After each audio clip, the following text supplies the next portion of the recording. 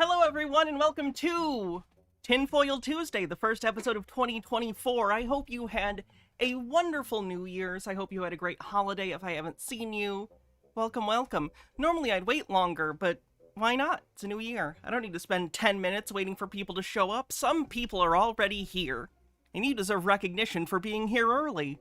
Welcome everyone. How's it going? I did clean out my computer, so hopefully it'll be a little better in terms of the dual streaming today. We'll see what happens. If I have to cut YouTube loose, I apologize. I'm trying, but I was having some technical difficulties over the last couple of streams. The costume contest finished. The winner was... Wait, hold on.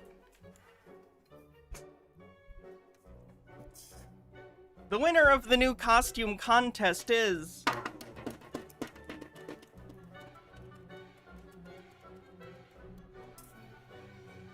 Triceratops won. So I will be getting the Triceratops costume soon.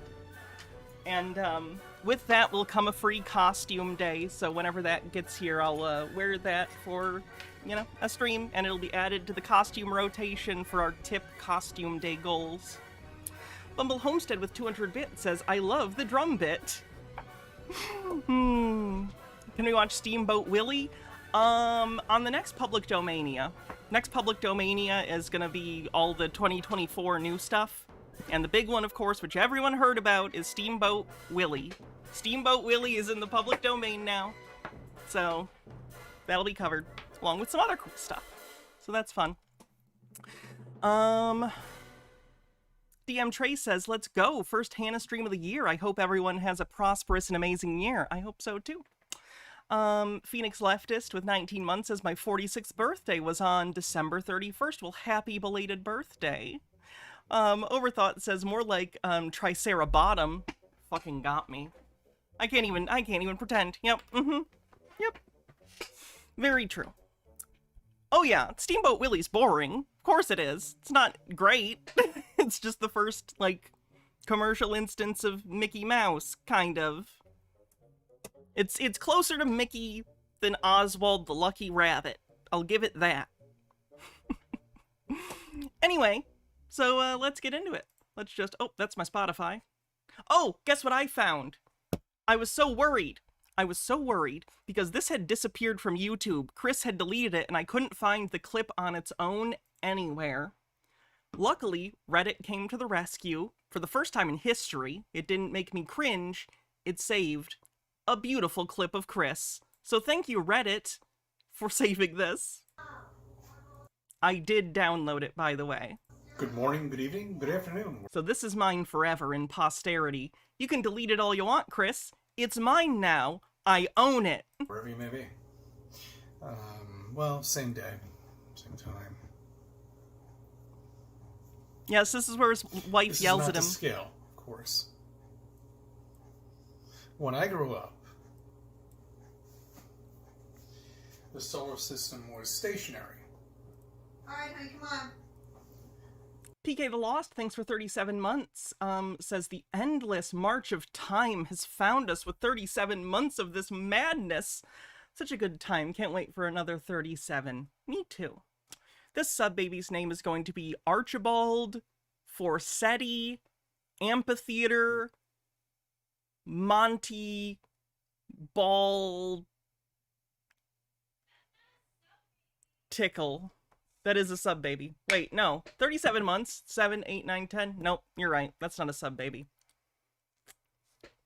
Chat, my brain does words, not basic addition. The sun I'm embarrassed. was standing. Why don't you stop this whole 65% to level 1 on the hype train. shit? Oh, did Tigger finally get added to the public domain? Because I know Winnie the Pooh was a few years ago. Oh, and I saw someone announced, of course, public domain Mickey horror game, but unfortunately it's made by crypto Nazis, so don't buy that game if you saw a trailer for it. Looks uninspired anyway.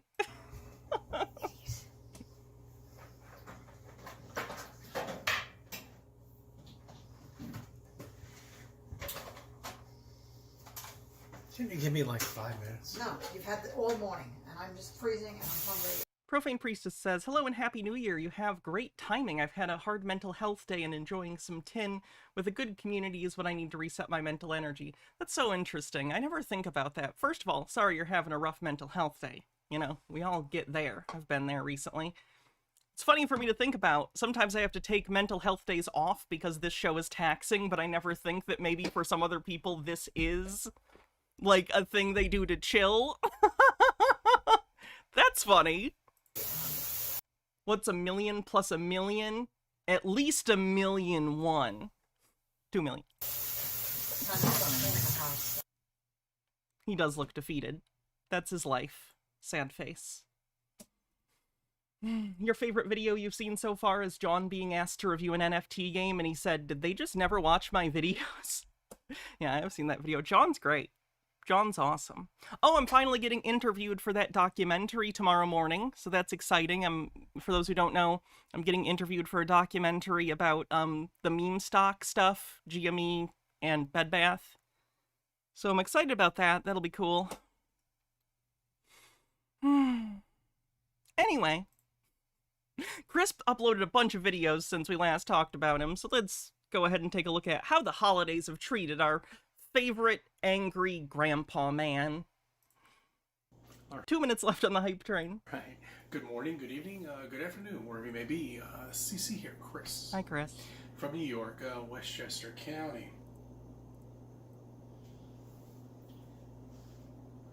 December 31st, 2023. Last of the year. He isn't in his car. That's good. Here, I want to show you something. See what this is? Nah, I don't know CC's wife name. And don't go looking for it. Don't ever go looking for anything about any of the people I cover, and don't bother them. I don't expect anyone would. Just general disclaimer. It's not her fault he's lost his mind, if he ever had it. Procagam, thanks for 31 months at tier 3. God damn, a tier 3. Whew, thank you. This is an air pump for a bike. Okay. It's got a PSI indicator right here. You see that? Yeah. Yeah. That indicates the air pressure of whatever you're using this particular air pump for. We are playing bingo today, by the way. I don't think I mentioned it. We are doing bingo, so get your bingo cards if you'd like. You see, in order to Bumble Homestead says he doesn't seem like a short guy. Are there tall ceilings or is it the angle? I think they're just tall ceilings. understand the PSI pressure, the air has to The PSI pressure, the ATM machine, DC Comics. be contained, whether it being a volleyball or a football or whatever it may be, it doesn't make a difference. But it has to be contained. Chris, this has been explained so many times to you. The atmosphere is on the Earth because of gravity. I understand that you'll laugh at that, but it's not my fault that you, don't understand basics about the world. If the accurate answer makes you laugh, that's a you problem, not a world problem. Okay. Starlight did nothing wrong, says Merry New Year's, Miss Every Pony. Ooh woo oh whoa. Don't I mean Mavity? How long is that joke gonna go for? The Doctor Who new running joke they're doing. Everything else is taken, thanks for 44 months. And Baha, thanks for a hydrate. He does the moonlight is cold thing too, yeah. He does think the Earth is flat, yes. Flat Earth on the bingo card. Alright, so what's containing the air here? Gravity. Skifazoa says, vote in this year's election. Be careful, I'm already seeing disinfo. Agreed. On this supposed spinning wet ball that we live on. The weatherman or weatherwoman Inclusive. relies on the air pressure of how to tell you what the weather's going to be That's one thing. in the forecast for next week or whatever. Rogan, thanks for 10 months, says, ha ha ha, silly gooses, if the world was round, why are my eyes flat? You might want to take a look in a mirror, or have a doctor take a look at your eyes. Or maybe it doesn't make a difference, but they rely on that. So what is actually holding in the air? Gravity. And it's not holding it in as much as it's pulling it continuously so it can't escape. On a spinning wet ball. You see, it's not possible. I mean, this is 101 flat Earth. Maybe go to 102. This is Toxaholic, thanks for gifting 5 tier 1 subs and getting us over level 3 of the hype train. Hbird says, Epoch Times just texted me the real story of January 6th.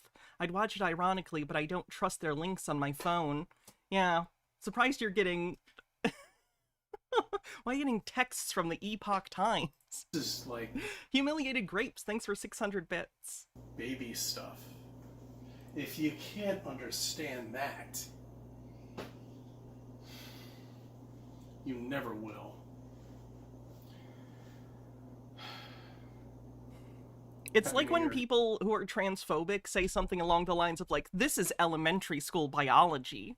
And it's like, yes, a lot of us paid attention after elementary school. Guys, play it safe tonight. Alright? And remember, everything that happens after midnight is no good. Go home. Everything that happens after midnight's no good, go home? What is that about?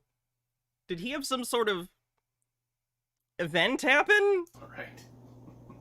I thank you for subbing. I thank you for viewing my videos. Let me be a party for life. Okay then. Humiliated Grapes, thanks for gifting a sub 30% to level 4. I don't even understand what he's talking about. I think he's unraveling more.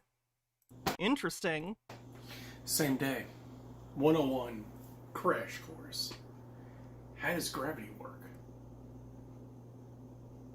Okay, so Our current understanding is that gravity is a force wherein mass, basically, the way that it's explained metaphorically is that third dimensional reality is like a sheet, and mass within it leaves an indent, right? Mass sort of bends space in such a way that mass attracts other mass towards itself. In the case of the Earth, it's the biggest thing, like, local to us here. We're on it, so we're constantly being pulled towards its center. Baycop, thanks for 34 months, says his hair is holding up nice, though. That's true. He's got good moose game. Scientists want to tell you The moose is loose. The juice is loose. The truth is loose. that they understand how gravity works by just dropping a mic on the ground. I find it interesting that, like, regardless of us understanding or not understanding... Oh shit, 1 second. Let me text someone real quick.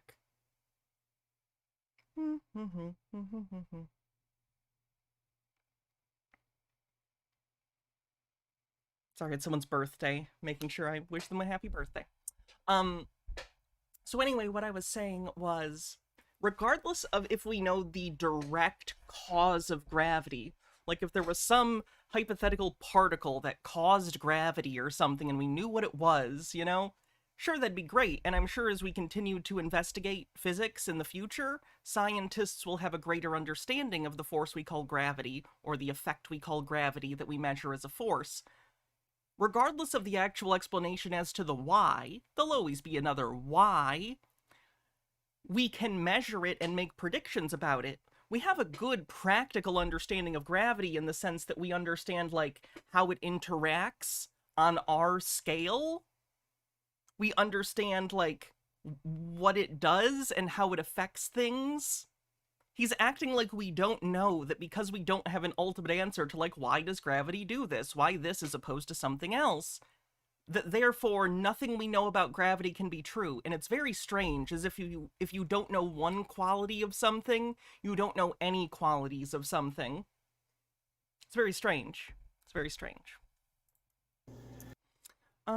Let's see what I missed. 72% to level 4 on the hype train, with a minute left.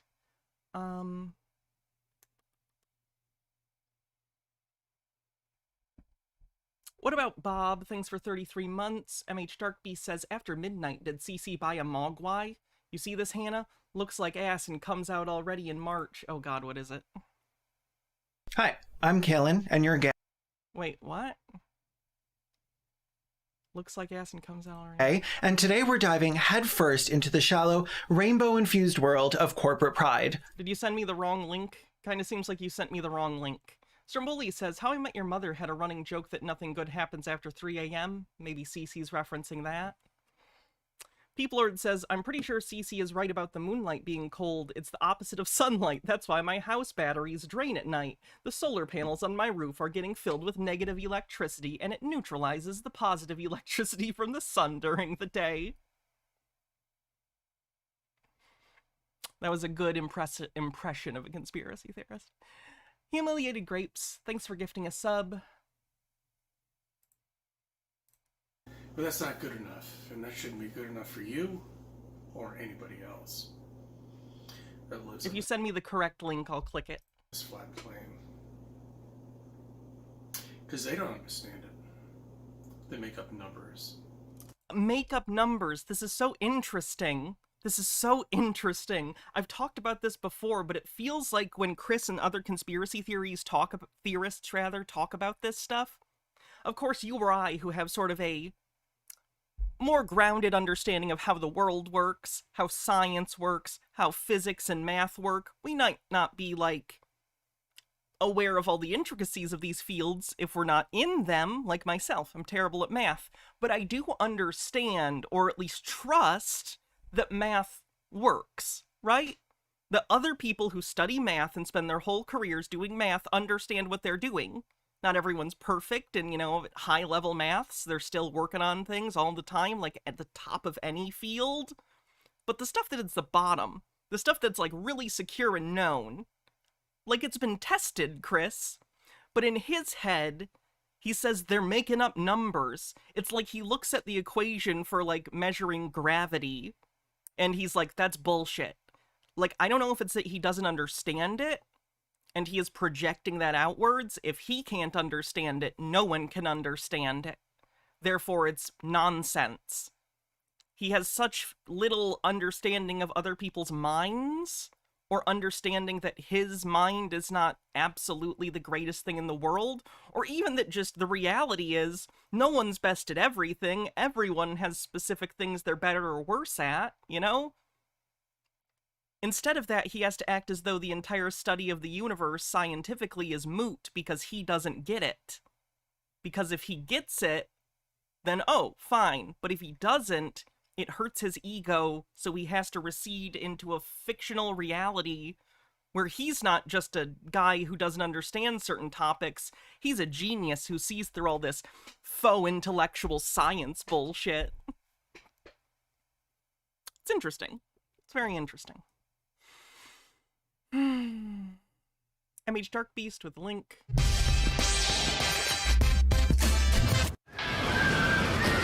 Oh, is this already a horror movie for the Mickey thing? It's my time. Are you fucking kidding me? I know they did it at like the Winnie the Pooh thing, and there was another one somewhat recently. I don't remember what it was. Don't do this. Or if you're going to do it, do a good movie. Like, if you want to use characters that have entered the public domain, and you all know I have a fascination and love of the public domain, right? So many cultural and just, like, narrative icons are there in the public domain and get used in interesting ways, like Sherlock Holmes or Dracula. So many stories have been told that are interesting and new because that went into the public domain and then anyone could use those characters to tell a story. Don't just put out bullshit, though. You can, but it's embarrassing for you. Oh yeah, that horror game, I saw the thing about it on Twitter. I am 100% on board that they are crypto-Nazis. Grinch, that's what it was. It was called Mean One. Thank you.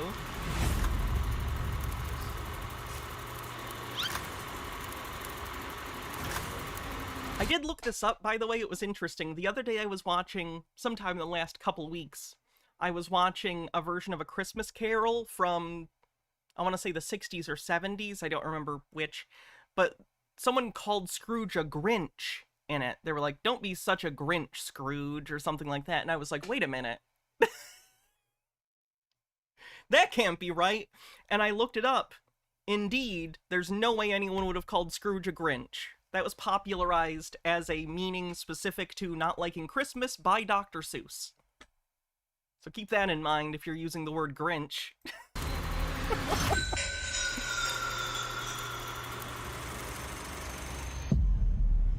Yeah, This is he's, so like, dumb. in love with me already. It's totally disgusting. Put the phone down! Put the phone down, please! I was like, dude, I've already started. No, Gina, turn around, please, Gina! Oh my god. I'll be right back. Screamboat Willie would have been a much better title. And he's dead. What? It's called Mickey's Like Mouse he was in a Trap. horror movie. Which is lame, because to be honest, Steamboat Willie isn't even named Mickey. He's named Willie. They might get sued. You never say. Like, you know what I mean? I'll be right back. Because then you Mickey don't. Mouse isn't in the public domain. Steamboat Willie is. And even though they're clearly the same character, they do have a different name. Ash, in Asphodel, thanks for 13 months.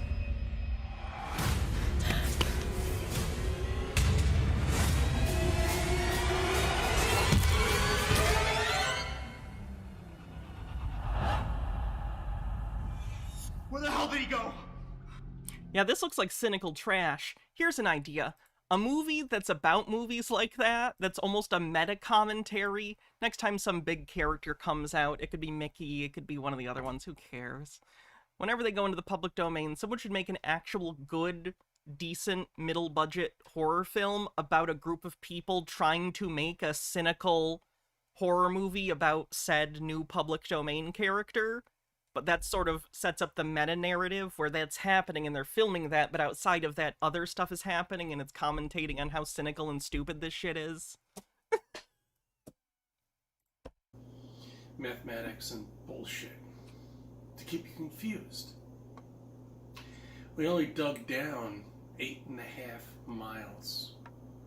Chris, that doesn't mean we don't have reasonable expectations of what is beyond that, based on other scientific instruments used to measure it, and experiments done to test hypotheses. Doesn't understand how science works on the bingo card, or scientism, whichever it is. Gishel Gladio says, highly recommend the 1984 Christmas Carol. George C. Scott is the great Scrooge, and David Warner is the best Bob Cratchit of all time. My opinion, obviously. Down So Scream? Sort of Scream, yeah. to Fuck it, in the next Scream movie, have that be a thing. In the next Scream movie, have that be some sort of, like, B-plot background thematic thing going on. I don't know. this level land that we live on, which means nothing, but yet you're supplied with the interior of Mars and CGI of Earth, and all the crusts and every layer all the way down to the core. Yes, Chris, they're that nobody illustrations. understands. They're illustrations of our best understanding of the models of these things currently. That's fine. That's great. It's good that we have these things and can educate about them. If new evidence comes out tomorrow that contradicts these models, the models will be adjusted so that it takes into account this new information and gets more and more refined and accurate as time goes on. That's how science works. Science is never saying, this is absolutely objectively true and there's nothing that can ever, like, disprove this. That's the opposite of how science works. Science is open, at least in theory, to making sure that new things come in, are tested, and can be falsified. If you come in and say, I have a piece of evidence that is not falsified, or I am able to falsify a key part of this theory, then that theory changes. That's good. That's how things work. Human beings don't know everything. We don't know most things. We are in the process of discovering, and in that process, being able to tweak things and have tentative views of things is paramount. It's necessary. And I would argue that's a good skill in life in general, is to understand that your current understanding of things is always tentative and open to change. That's healthy. That's good. Ashley One Up says, can I share a weird conspiracy theory I found on TikTok that dates back to the 20s? Sure. Let's take a look. If you think conspiracy theories are a modern phenomenon, you have to hear what people thought of No, this is actually interesting. Someday, hats off. What do you want me to wear, DM Trey? One of these days, I need to do an episode that's all about ancient conspiracy theories. Because conspiracy theories aren't new. Have you ever heard, like, Nero fiddling as Rome burned? That was a conspiracy theory. That didn't actually happen. Marie Antoinette saying, let them eat cake, didn't really happen. That one's less of a conspiracy theory and more just a pop cultural myth. But, like, there are conspiracy theories in the past that are interesting and analogous to conspiracy theories today. Whatever my favorite hat is, probably witch hat.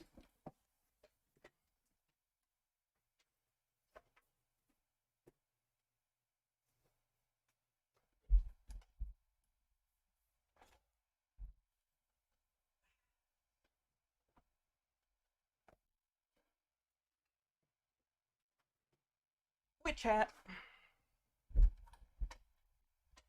Yeah. Blood libel, which was adapted into adrenochrome conspiracies from Pizzagate and QAnon people. The Protocols of the Elders of Zion is an old fraud conspiracy theory that still pervades today. Basically, someone made a bullshit thing that they had plagiarized from a work of fiction, and then claimed it was the nefarious plan of, you know, them triple bracket dog whistle, but they didn't dog whistle, they just said it, because it was like 200 years ago. Yep, the poisoning wells thing, there's a lot of that. Shirley Temple back in the day. I would go as far as to say, historically, public sentiment has always been pretty goddamn conspiratorial with lack of checking.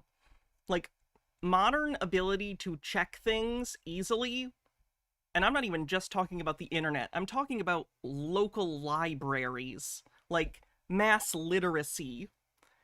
These things are incredibly recent, so human history is full of people in societies spreading rumors, and rumors have a tendency, especially in times of strife, to warp into conspiratorial, paranoid mythology to explain their situation. So a lot of human social things, beliefs, cultural ideas have been pretty conspiratorial.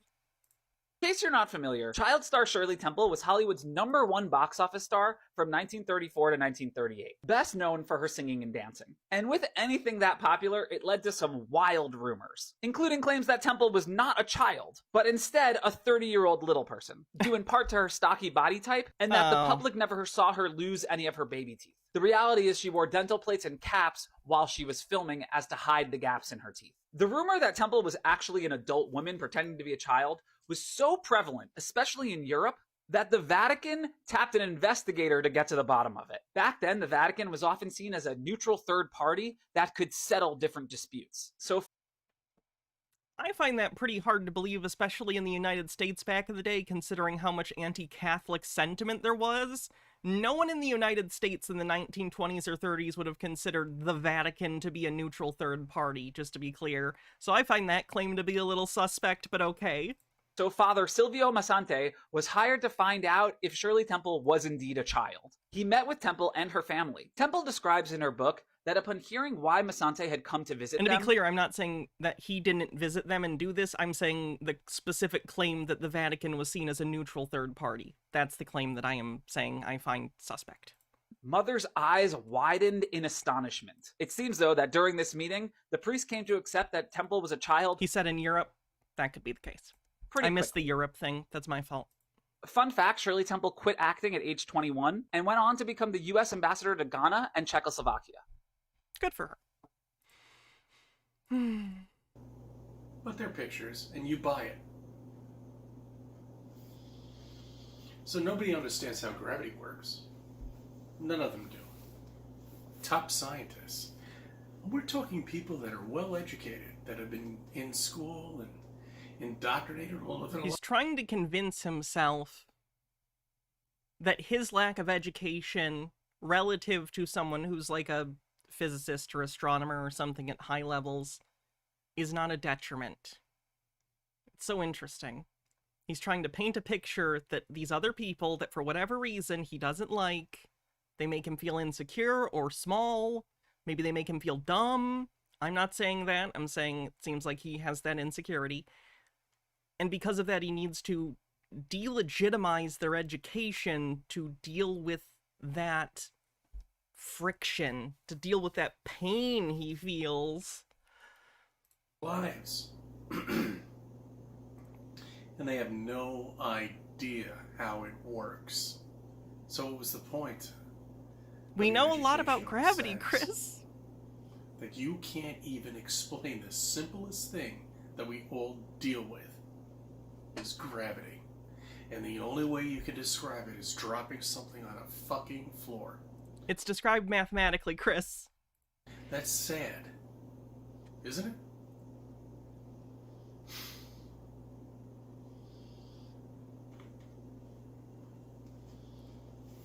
Seething. God, he's like gritting his teeth. He's so mad. 2 more quick Chris videos that he's uploaded in the last day or two. Then we'll be on the next thing.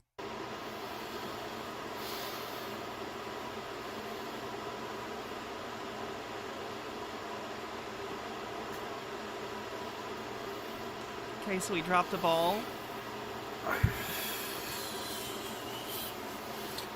It's a simple fucking thing. Explain to us how that just fell to the floor. Gravity. Considering nobody knows the layers of Earth. Considering no one knows the layers of the Earth, it's irrelevant what the layers of the Earth are made out of. What? As long as there's enough of it in terms of mass and density, it's gonna fucking do that. What? Because it would be only dug down about 8.5 miles. Does he think the material it's made out of is relevant other than what its mass is? Hey, Professor, tell me, with all your education and all your smarts in mathematics, how the fuck did that fall to the floor with gravity that nobody seems to understand? Tell me, tell all of us. Please flat earth tell me community. why. How that fell to the floor.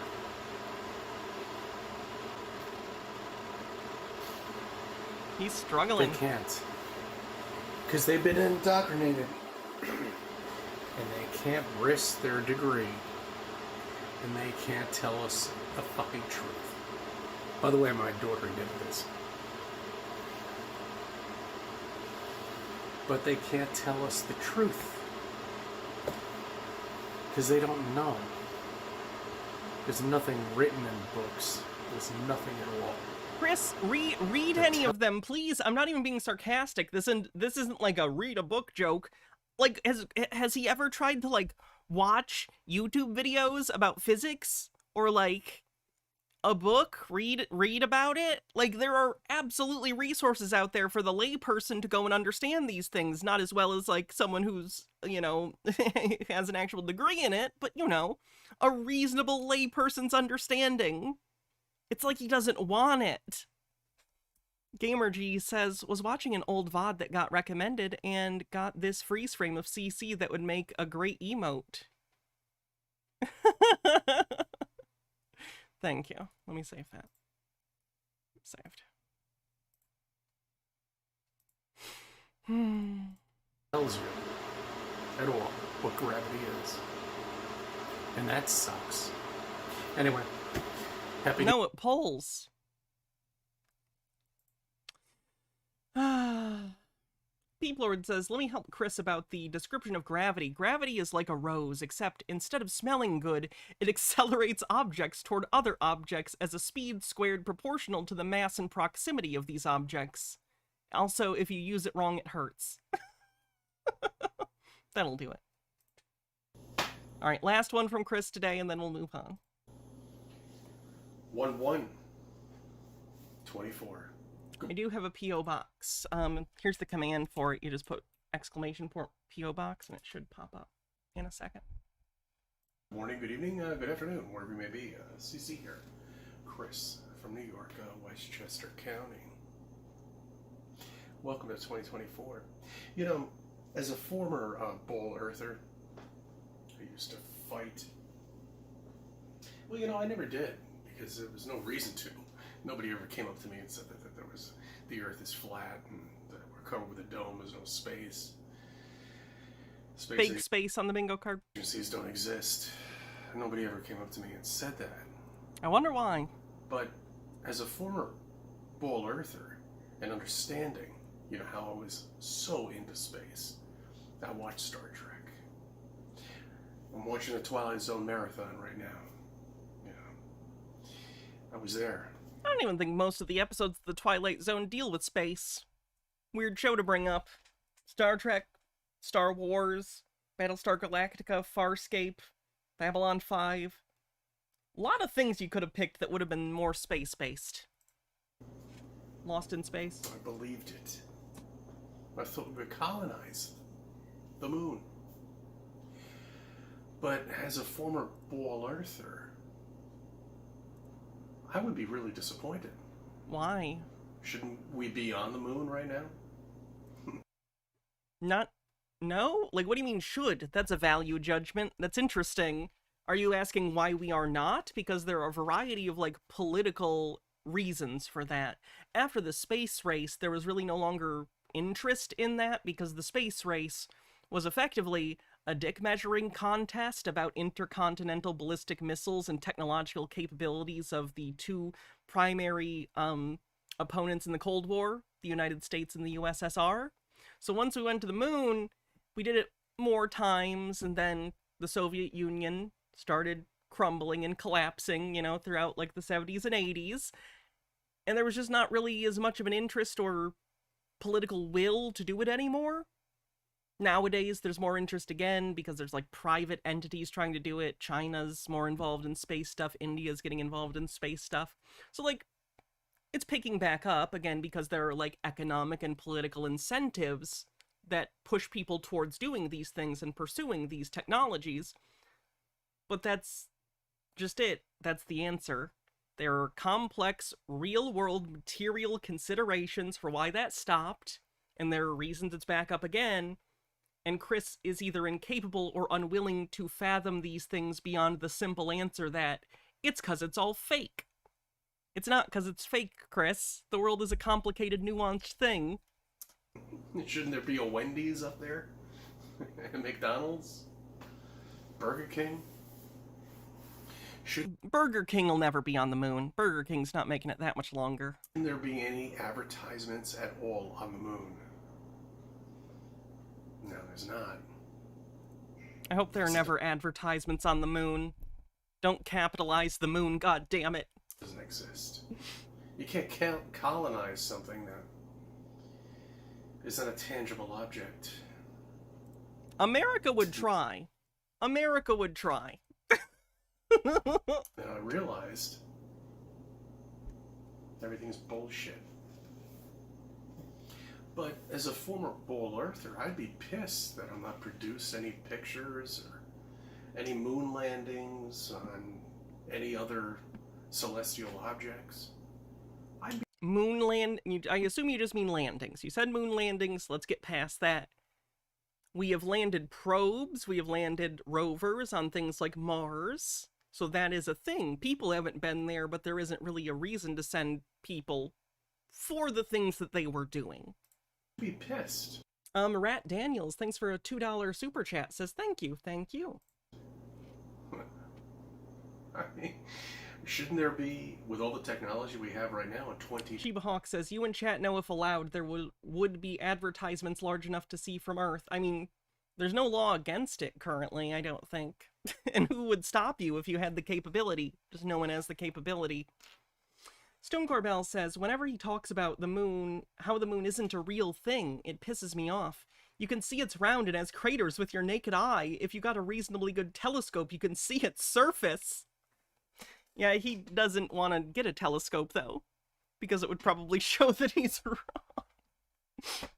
24, we should have a fucking camera up there. We should have had a camera up there 30 years ago, 20 years ago, 10 years ago. But there's not, and there never will be. As a former bull earther, I would be really disappointed with space advancements. I would be pissed. I would be questioning any of this. Why? You know? Instead of fighting flat earthers, who the fuck cares? I would be pissed if I was still a bull earther. Why the fuck isn't there a camera up there? Why isn't there... There are cameras in space. There have been cameras on the moon. You reject all that footage, so it wouldn't matter. Thing at all showing us a real picture of Earth. But there's not. There's nothing. There are pictures of the Earth from the moon, Chris. As a former bull earther... There's one in chat. Apparently, we sent a little rover up to Pluto. Why isn't there a camera on there? Why? Have we ever sent a... I don't think we've sent a rover to Pluto, have we? I do not remember that. Why isn't there a camera on Pluto right now showing us the Earth and the Sun and the stars? As a former bull earther, I would still be pissed that there's not a fucking picture from Mars of the constellations above us. How would it look like on a different celestial object? How would it look? I would imagine you can go and find on the internet, like, Mars's night sky. Let's look. Mars's night sky. Like, it's not necessarily going to be a photograph, but, like, they can figure out what it'll look like. Oh, wait. Nope, there it is. Oh, the thing you were looking for, Chris. They've literally done that? They've literally done that? And you could even do a 360 look around at it? Holy shit. It's like he doesn't even Google things. God damn it. Hydrate. If only Chris had actually checked if the thing he was about to say was true. You'll never know, because as a flat earther, we all know none of it exists. Those are all fucking lights in the sky, just like you see on the ceiling, right here. That's all they are. You live in a planetarium, you're covered with a dome on a flat land. Sorry. Thank you for subbing. Thank you for viewing my video. Something to be a part of your life. Jesus, Chris is not doing great, huh? Moving on. Let's take a look at the bingo card real quick. We haven't had a ton so far. Gashel Gladio says, what's so amusing about Cece isn't just how supremely confident he is about his own wrong opinions, but what a huge drama queen he is about being the only guy who supposedly knows what's up. He carries himself like he's burdened by the truth, and I'm 99% positive he gets off on the perception of himself. Oh, I think he does too. And there's a big, there's an online community of flat earthers. Notice that he never talks about being in any of them or joining Facebook groups and talking with people, because I don't think he wants to be in a group of other flat earthers. I think he wants to have the persecution complex of being the only person who believes this silly thing that he thinks is true or whatever. It's really frustrating. Chiba Hawk says, are the illegals the ones who change those space bulbs, Chris? I don't get that one. Okay, let's see what I missed. Misunderstanding of the scientific method.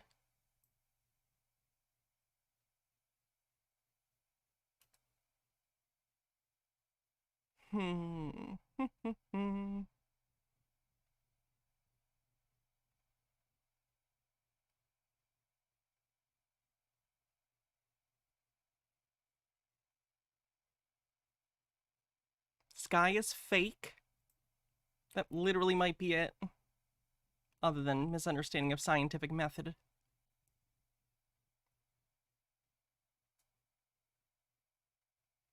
Doesn't understand... Nah, because he was talking about cameras, but... not really how they work. More just he wishes they were up there, but they are. I think that's it. Oh, flat Earth, duh.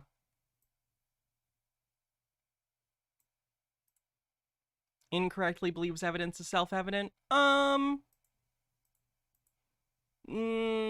quite. Because he's still talking about, looking it up and searching things, so I'm gonna say no. Who's the gal dancing? She's a conspiracy theorist we've covered a few times. Her name's Gina. She's wholesome. So many conspiracy theorists are so mean and hateful. Gina isn't. Gina just likes to dance and thinks aliens are real and have visited Earth, so... you know. We enjoy a little Gina from time to time.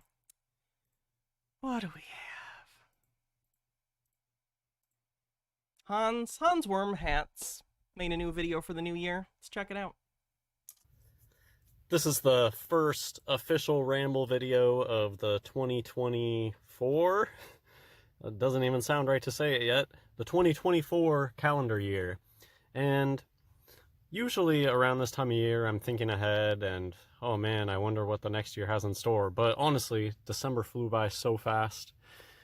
I want to do videos talking about time moving more quickly, but that's kind of one of those topics where I don't know exactly what to say about it other than stuff that I've already talked about before. Maybe don't bring it up then. I think we're good. For those who don't know, Hans is a conspiracy theorist I've covered for years. He believes all sorts of pretty out there things.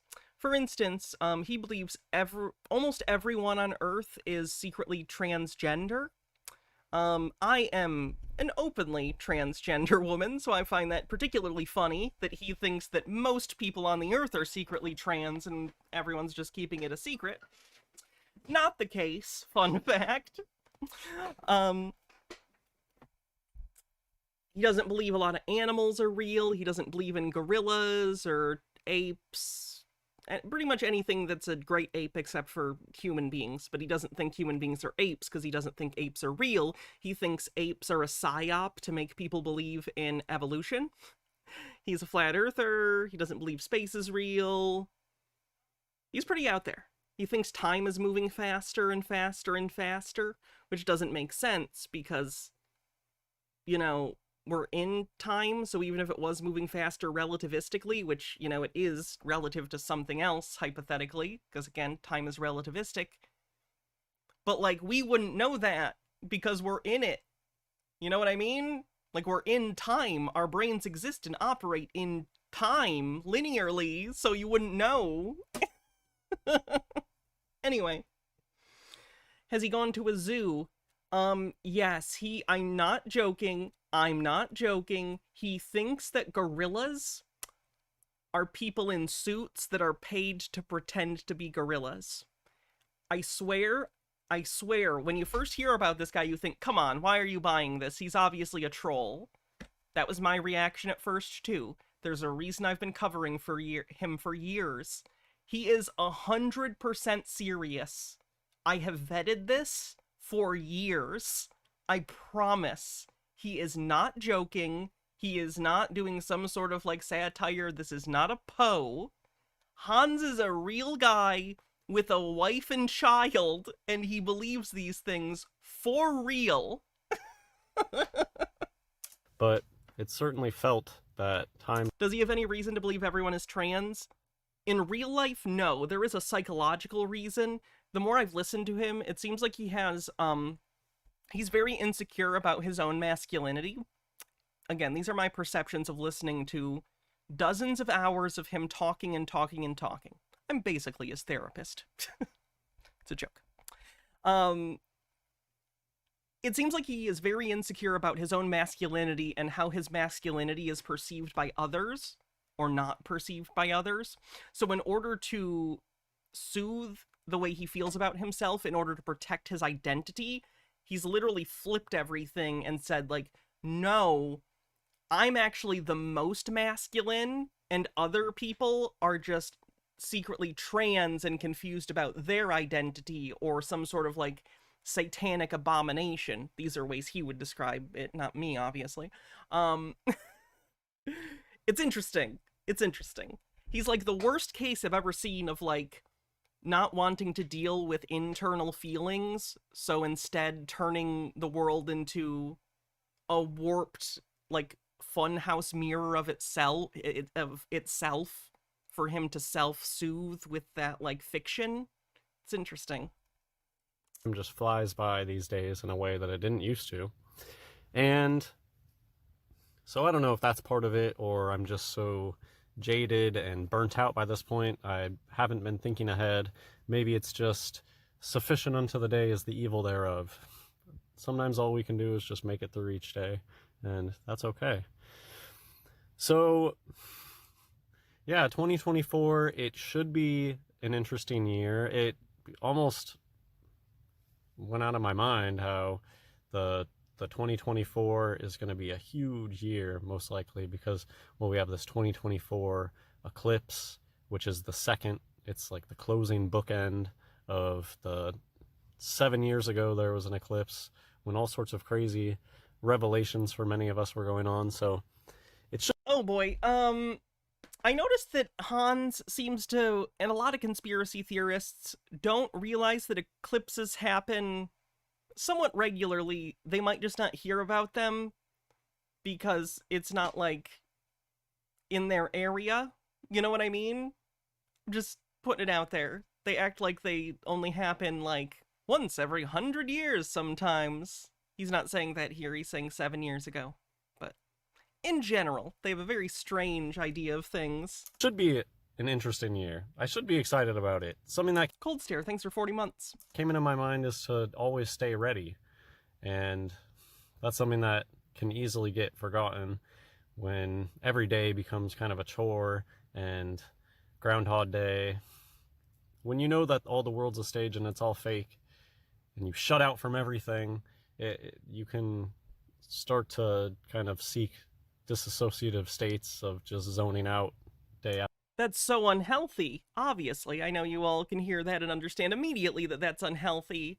But again, we see this rejection of the world. It makes him uncomfortable. Even at this point, his, like, warped view of the world has, like, maybe soothed or given him some mental need. But the offshoot of that is also the world being a place full of distrustful people, which is going to make you more paranoid, which leads to more conspiratorial beliefs, and it becomes a vicious cycle of seeing the world as this, like, bleak, horrifying place where no one can be trusted and everyone is lying to you all the time and everything's an illusion, and it makes you close yourself off, which again is part of this vicious cycle where you don't have things to check. Like, you don't go out and touch grass, so to speak. You don't interact with other people. And then your fantasies about how other people are, how the world works, how everyone is so mean and lying and dishonest, they take over because you're not interacting with real people. These simulation fake people in your brain that you've made up are teaching you, oh my god, everyone is lying to me all the time, everything's terrible, I can't trust anyone ever. Whereas if you were to, like, go and interact with people and maybe be more open, you'd see, oh no, okay, most people are just doing their best and, you know, trying to get through the day like everyone else, and most people try to be kind where they can. After day, and so it's good to stay ready in those moments to try to remember the big picture that we figured this all out, and that the final message is Jesus Christ, that Jesus is the Messiah and the only way out of this hellish place. But hopefully, sooner rather than later, the shit is going to hit the fan for reals, and I still For super serial this time, guys. strongly believe that we are on the edge of revelation in a way that other generations before us, you know, people will always come out of the woodwork that, oh, every generation people are saying that it's the end of the world. And Which is correct. There have always been people, forever, as long as there have been Homo sapiens who have thought the end is near, the world is going to end, everything's about to stop.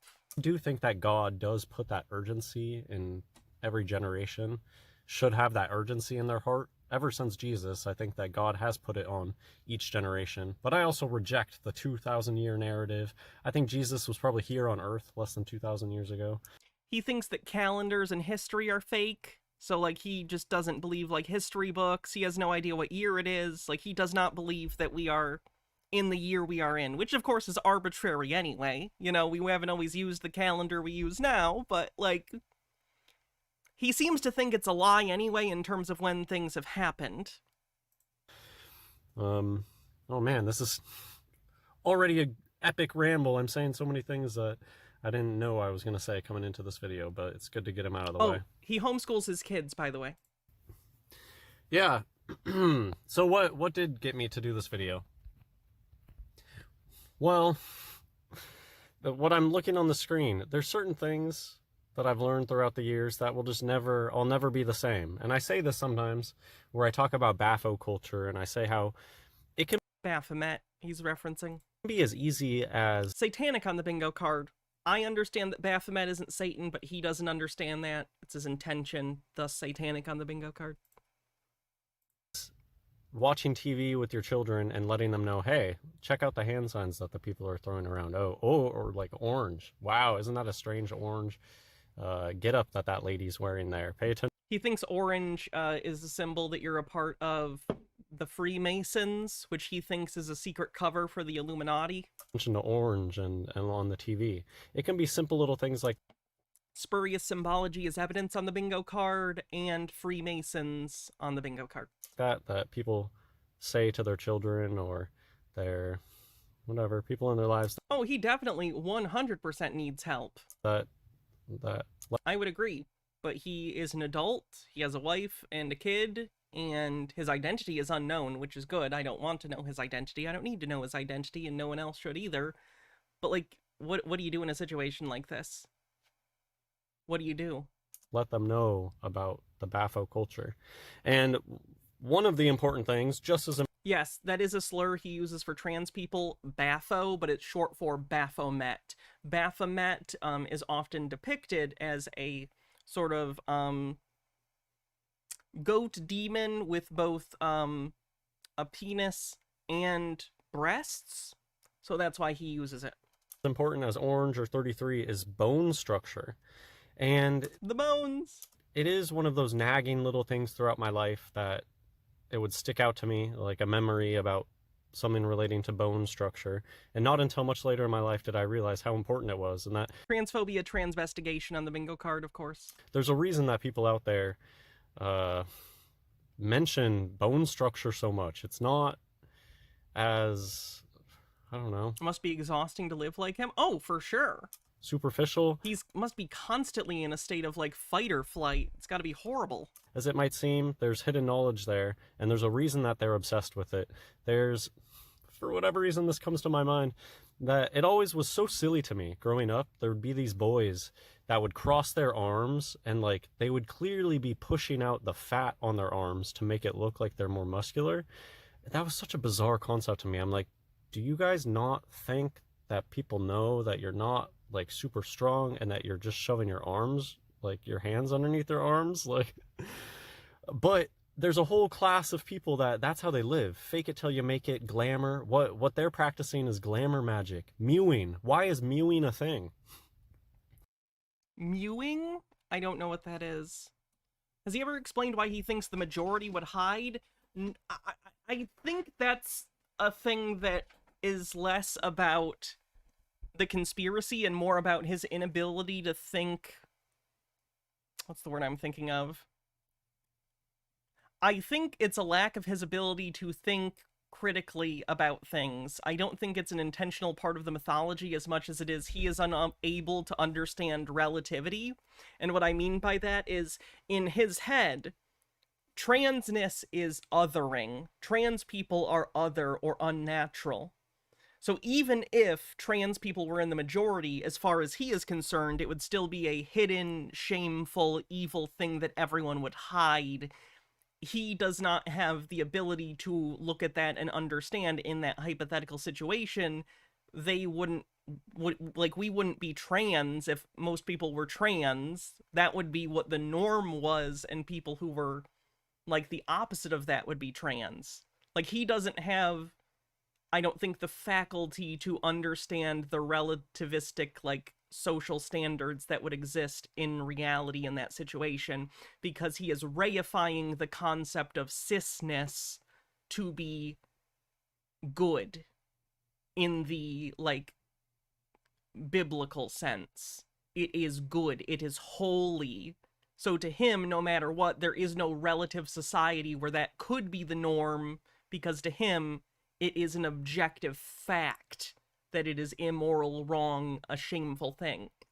Of course, none of that's true, but that's how his brain is coming to this place where he is formulating the worldview he has. It is based on many compounding and intersecting misunderstandings of his own mind, the minds of others, society, and basic material reality. It's very interesting. It feels like he'd care so much less about all of this if he just... Oh, you deleted it. I was in the middle of reading it, so I don't know how that went. Oh, there it is. It feels like he'd care so much less about all of this if he'd just let himself think about it without guilt for a bit, like it's only a big deal because he's terrified he doesn't hate it.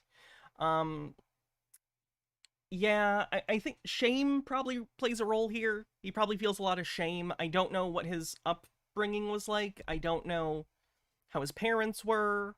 I don't know if he was brought up in like a super, super duper like religious background where shame is like so in there he's incapable of broaching things outside of his childhood worldview.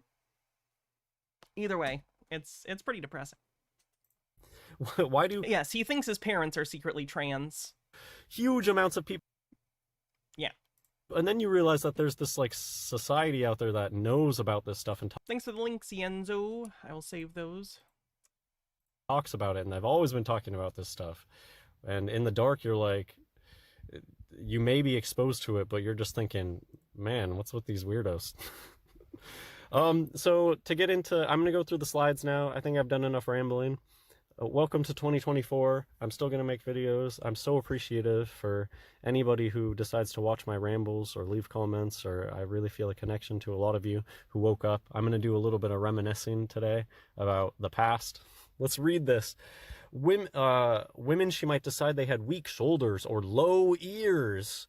Low ears will forever be a trigger for me, and it has to do with transvestigation. It has to do with so much, and for me personally, and why would somebody bring that up? There's just this huge thing, this huge double standard in society. I have no idea what he's talking about with the ears thing. For those who don't know, there's a whole like online sub-community, conspiracy theorist like community that spends their time looking at photos of people and deciding that they get a vibe that they're trans, and then looking at them and basically using like modern bodily phrenology to try and decipher a person's like birth sex. It's a very interesting and strange phenomena. Again, I think it comes from a place of, and there have been others who have done videos in depth about this on YouTube, about like the transvestigation community, and so much of it seems to come from a place of insecurity about their own like view of themselves and their own comfortability with their gender identity. And by that I don't mean they're like secretly trans or something, I just mean like there's a pretty popular transvestigator who is a cis woman who constantly is, through her material, the entire through line is basically, you think this is a woman, I'm a woman, and she's like very sexualizing towards herself, which is fine. It's her body, she can be as sexual as she wants, but it feels like it's in opposition to an insecurity she's feeling. It feels like she is looking at other cis women claiming they're trans and then using a bunch of nonsense to justify it, and then immediately going to her live stream, because she live streams this stuff and goes like, aren't I a real woman? And they're all in there being like, yeah, you're the only real woman, I know you're a woman, you know what I mean? So for her it feels like it's about less defeminizing other women, whether they're cis or trans or whatever, and more reaffirming her femininity, and she's doing it in an incredibly unhealthy way. It's interesting. It's all very interesting. On one hand, and this is the programming that for the low level, the lowest level gets this programming, all shapes and sizes, people come in all shapes and sizes, and you should never look at somebody or comment on their appearance or make any note about their particular appearance. That's lowest level, keep you in the dark programming. And parts of it are true in that today people do come in all sorts of shapes and sizes. People have always come in different shapes and sizes, Hans. But the ultimate truth of this is bone structure and learning male bone structure versus female bone structure, and just coming to terms and accepting, okay, some men are going to have more feminine features, some female are going to have more male features, but there is a difference, you know. That's a difference between an awoke person and a sleep person, and a sleep person will just shrug it off. Woke. Tea with Goblin says, do your ears hang low? Because Hans Wormhat wants to know, are you secretly a trans? Are you worshipping Bepho? Are those apes eating fruit really actors dressed in suits? Do your ears hang low? That was pretty good. Points for that one. They won't be able to admit. I wish I could award you channel points when you say funny things. Having large, square shoulders is masculine. What does a female bone look like? It looks a lot like a male bone, but like on the bone cheeks, there's little blush. And big comical eyelashes. You know, that's... And bone tits. Bone tits. Woo! It's just one of the truths of this place is understanding that there is a male skeleton system and a female skeleton system, whether or not that's going to match up with people's genitalia today. You can't prove to me that I even have a skeleton. I've never seen it. Can you prove that I am not just full of goo? I don't think so. Goo's all that's ever come out of me. So why would I ever think bones are in there? A bone has never come out of me. Checkmate, Hans. Today, completely different story. But anyways, you'll notice And this is, I noticed, I was watching a video about narcissistic personality disorders, and what's most hilarious is in this video, the guy says that his mom actually looked like B. Arthur. And people would mention, hey, your mom looks like B. Arthur. And yet this person's mom... You fools, you think these are my teeth? Zealous55, thanks for 31 months, says, thank you for your show. Oh, well, thank you for watching it. Would always make comments about people's appearance on the TV. And the low ear one, that is hidden knowledge, hidden transvestigation how are my ears? Knowledge, the low ear thing. So now I'll low ears. Angelina Jolie versus Brad Pitt. Let's compare their ears. That's a reasonable thing to do. Maybe I'm all cartilage like a shark. I also only sleep with half of my brain at a time. I'm always moving. My gill slits are stationary. I have to keep moving. And those are shark things. Saying qualities of a shark is a joke, right? Tea with Goblin says, great pickup line. Hey, are you full of goo? No. Would you like to be? Stromboli says, Hannah just proved... I'm not even going to say that one. They also angle... I don't think I've said that word in years, and I don't want to. Back. Something about the low angled back ears. That's the masculine. The more vertically facing, higher up attached ears. That's feminine. Again, it's going to be variance in today's population, but there's this thing. Understanding bone structure, admitting that there's differences in bone structure, and paying attention to it. Yes, Stromboli. Yeah. Really paying attention is the thing that people just don't do. They get the masses to not pay attention and to believe that all shapes and sizes, which, okay, sure.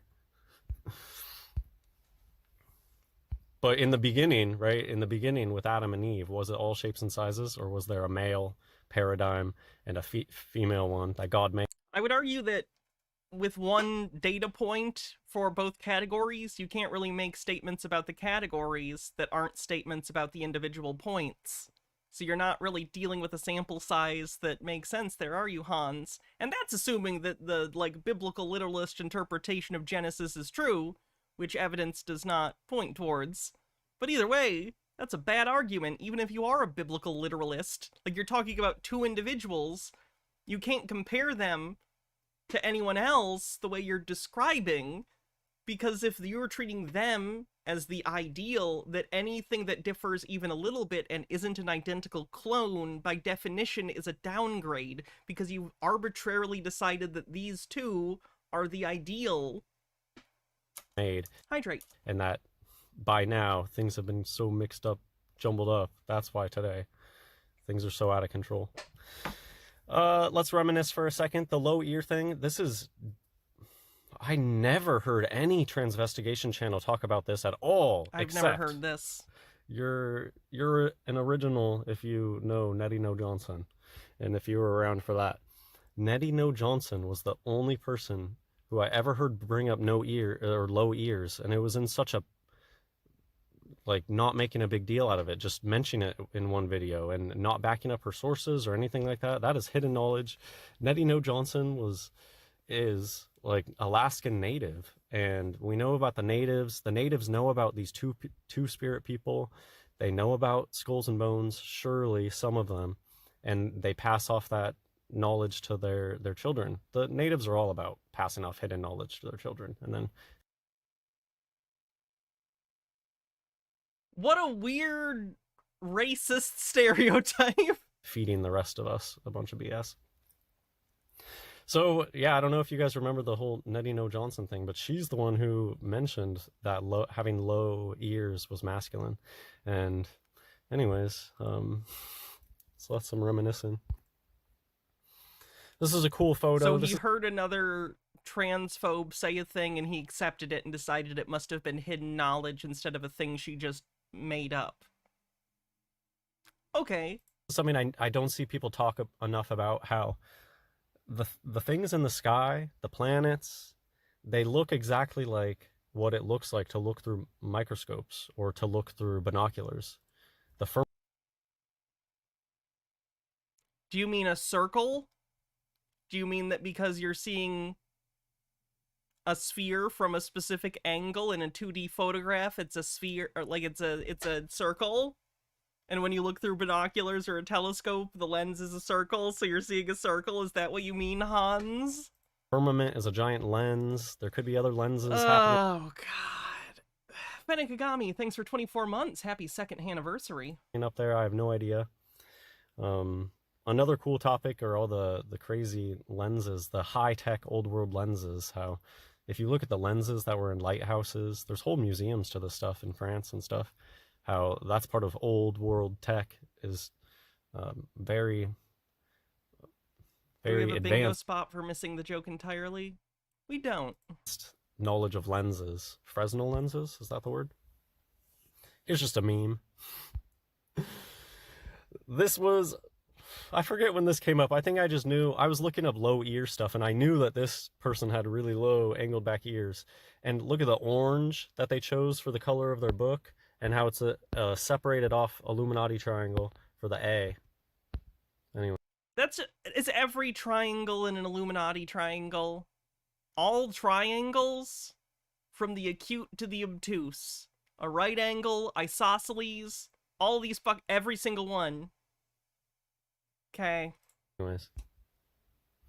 The America I thought I grew up in, the America I actually live in. More orange happening. She was the baddest. He was the realist. Dude, Did he just throw a Office meme in here? Okay. Just something about the scream dude in that left picture. And the other one looks like, you know. What? Oh, okay, I see what he's doing. He's being... Okay. Jesus Christ.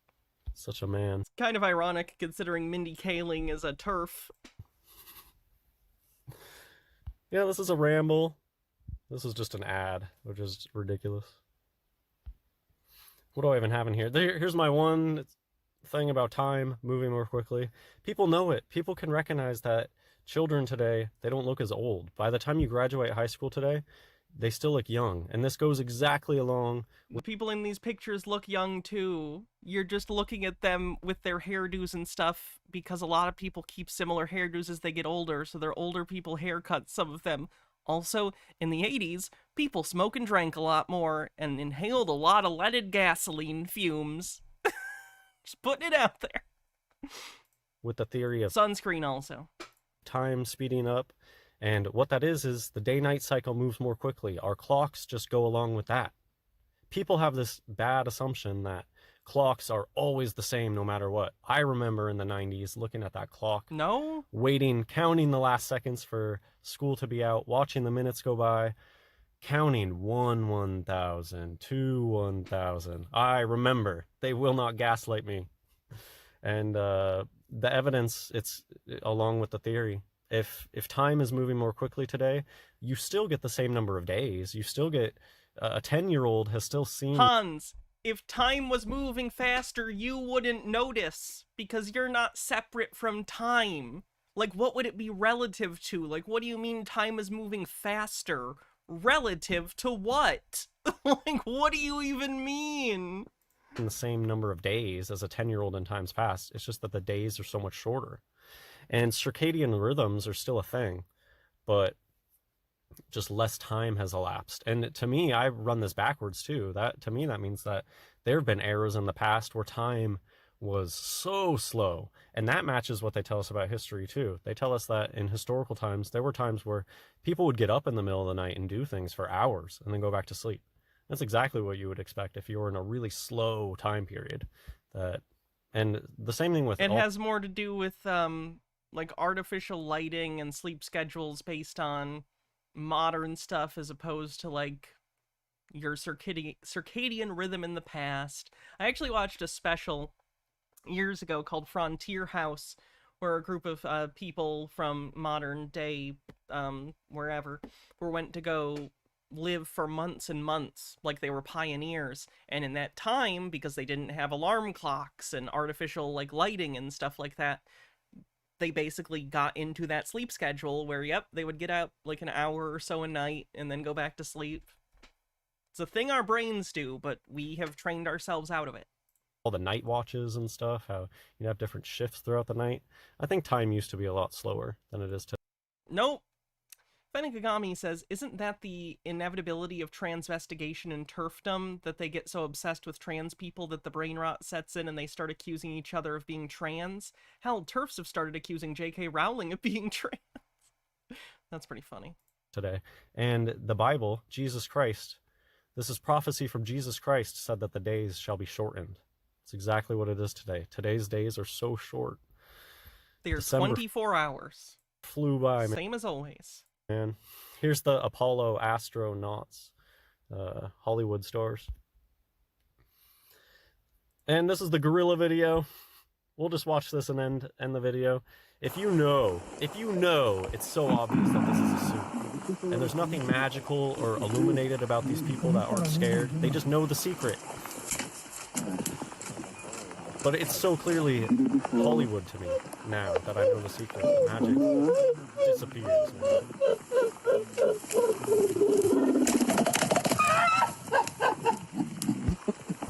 People in the comments even were like, I can't believe that that's the sound that it makes. It sounds like mashing two coconuts together. It's ridiculous. And yeah, because it's a monkey suit. I think that's all I had for this video. And so I'll leave it at this. Let me know what you think might happen in 2024, and keep your eyes on the prize. I mean, hopefully if you're watching this and you've been following me, you came to the same conclusion as me, that this world is fake and the only truth is Jesus Christ, and he's the only way out of this place. And that's it for this video. God bless. Meek says, Hans, maybe you're just older and time seems faster by comparison. No. He refuses that. Other people have told him that. He says no. Just says no.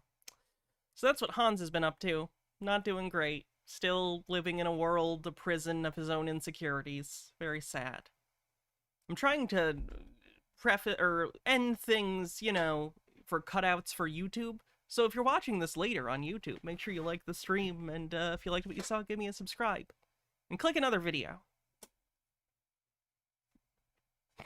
Okay. Doing more like segments for YouTube, so I'm trying to encapsulate the segments. Hello, Still Odd. How you doing? Thanks for the follow. Let's take a look at the bingo card and see what we have. We have Illuminati / Freemason Cabal. That's not how women work.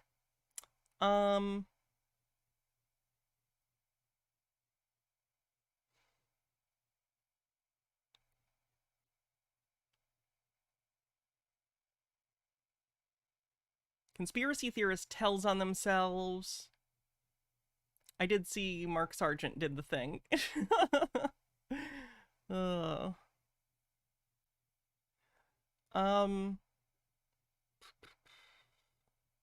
Satanic.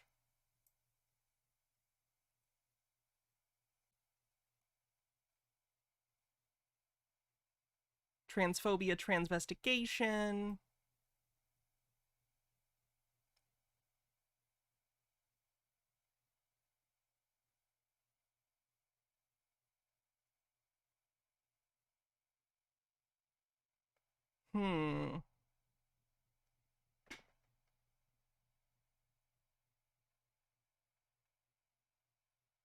Anything else? I gotta be missing something, right?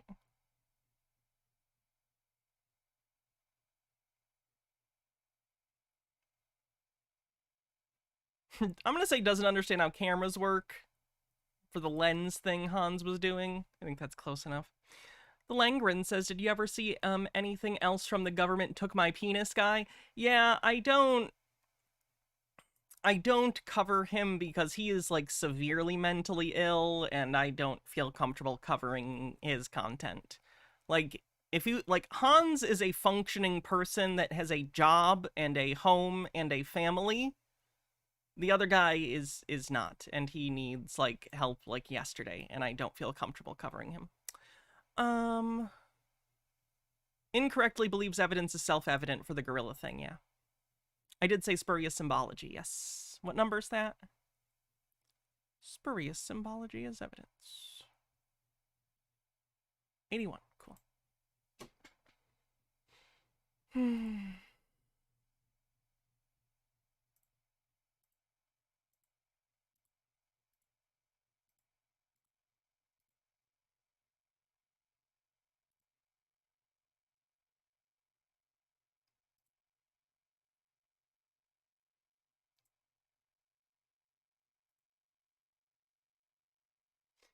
Oh boy. Let's, from the cabbage guy, learn a little bit about Paul Bunyan, shall we? The American folklore character, Paul Bunyan. Hey everybody, today we're going to take a deeper look into the well-known story of Paul Bunyan. Before I ever had a geography class, I was taught a different story about how the mountains and valleys came to be. Oh no. So for those who don't know, in American folklore, there was a character by the name of Paul Bunyan. Paul Bunyan is a giant. Giants on the bingo card, I guess. I'm sure that's going to come up. Paul Bunyan is a giant, and, like, everything he does in this story explains how a different geographical feature of the United States came to be. It's a folklore, silly way of explaining to children a fake mythology of where certain things in the United States come from. It's not true. It's not presented as true. It's just a fun story. And he has a big giant blue ox named something. I don't remember their name. Is it Blue? Is Blue their name? What is the name of the ox? And that tall tale was Paul Bunyan. Paul Bunyan is a story about a huge giant that is Babe, thank you. responsible for the creation of many natural landforms. Is it possible that this could be a reference to how many of these odd-shaped mountains were formed? No, it isn't. Maybe they're from a much more recent time than history even suggests. In the story, Paul was born to average-sized parents. He was quite large at birth and grew rapidly. He was nearly 100 pounds before he was a month old. Oh, I haven't seen the version where he already has a beard as a kid. That's interesting. Paul was said Believes mountains are trees on the bingo card. to be so large that he would roll over in his sleep and cause earthquakes. So much so that the local government actually had to intervene and kick the family out of town. He was described as being extremely strong as well as extremely fast. He was said to be the best lumberjack, and he had a crew of men all over 6'5" and each over 350 pounds, which were all well known in the area. In the tale, these lumberjacks ate sourdough pancakes and had to fight off giant mosquitoes, and allegedly had a dog that could be cut into pieces and then put back together. In Norse mythology, we have a very similar story of Ymir, a giant whose remains were said to have created the land. This giant survived off of the milk of a giant bovine animal, and in the Poetic Edda, it's clear that Ymir lived in a world that was not physical, and only became physical once he died. While I think there's some very fantastical elements to these stories, it's likely a mixture of truth and fiction. I do suspect that they were very large people, not so Why? Why do you think that? Why in the world do you think that? long ago. Perhaps there was a man who cut down a bunch of trees, but I think it's more likely that this story is a symbol. However, I don't think No, really? it's necessarily a symbol for the giants of industry as we understand the phrase today. Could the massive amount of downed trees be the result of some sort of cataclysmic event? There were lots of stories that involved That's John Henry. That's a completely different character, and he's not a giant. He's just strong. He's a steel-driving man, god damn it. giants at this time from various regions. Seriously, John Henry is not a giant. Why are you showing John Henry? Fuck you. You don't even know what you're talking about. He's a normal-sized guy. Were they real people or metaphors for natural disasters? Whatever they were, John Henry isn't a metaphor for a natural disaster. He's a metaphor for industrialization killing manual labor. What the fuck? Read something! could they have been responsible for changing the landscapes like the stories say they do? This train of thought reminded me of Ireland's lack of trees, something that is officially attributed to overlogging. That's something we go into more in our ancient deforestation video, but it definitely rang a bell. Many folktales seem to be referencing astrological or weather occurrences. For instance, this dog that comes apart and goes back together could be what is known as a sundog. I have a whole book of folklore around here somewhere. I don't know where I put it. Let me find it, because it's kind of interesting. I might have already taken it downstairs, actually, but I'm gonna check.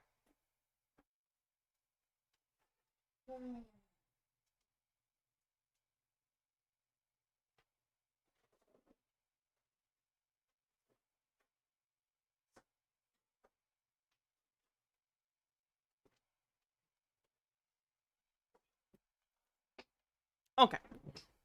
So, human beings, for most of human history, have not had scientific inquiry as we know it in the modern world. They certainly were inquisitive and were able to, in some way, test things. Let me get rid of that real quick.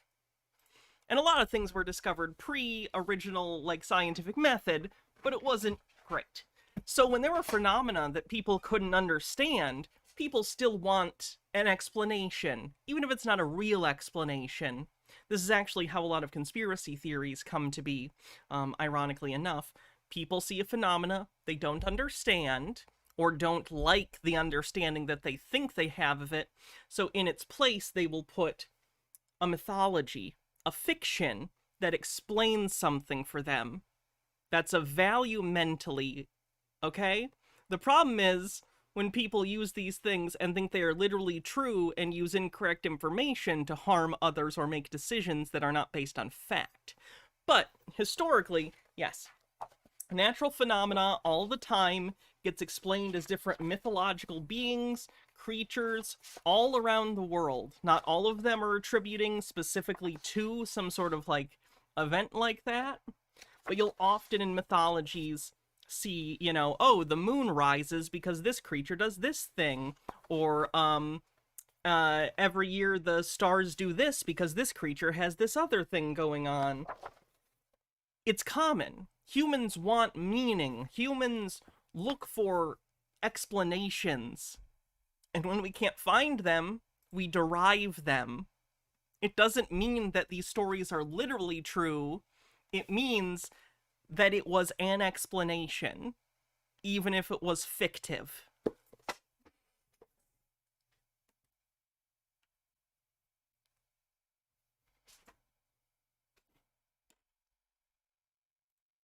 Could this represent the Osiris myth? In the myth of Osiris, he's cut up and separated, and then eventually regains his full form. Babe the blue ox could also be representative of winter, as the ox is the second in the Chinese zodiac, and the season it represents is winter. In fact... Okay, see, you're doing, like, syncretism here. You're trying to say, in Chinese astrology, an ox means this, so maybe that applies to the Paul Bunyan myth.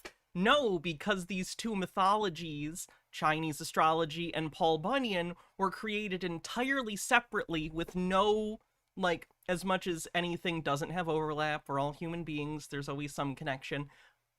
But there's no overlap between the origins of these two things, so there's no reason to assume that the symbolic meaning of the ox in the Chinese astrological chart has the same symbolic meaning in an American folklore tale made in the, who knows, probably like the 18th, 19th century? I don't even know when Paul Bunyan myth became a thing. Again, it's this reification of symbolic connections into the material, believing that they transcend the symbolic and therefore must be true in both Chinese astrology and the American mythology, despite there being no direct material connection between the symbolic, like, meaning of the two things in two different societies and contexts. Did all that make sense? I hope so. Marcus Drake says, famously, Osiris doesn't regain his full form, though. Isis makes him a golden penis.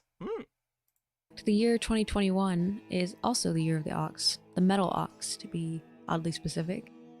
Babe the blue ox was said to have died of overeating and was buried in the Black Hills, the same area where Mount Rushmore and the Devil's Tower reside.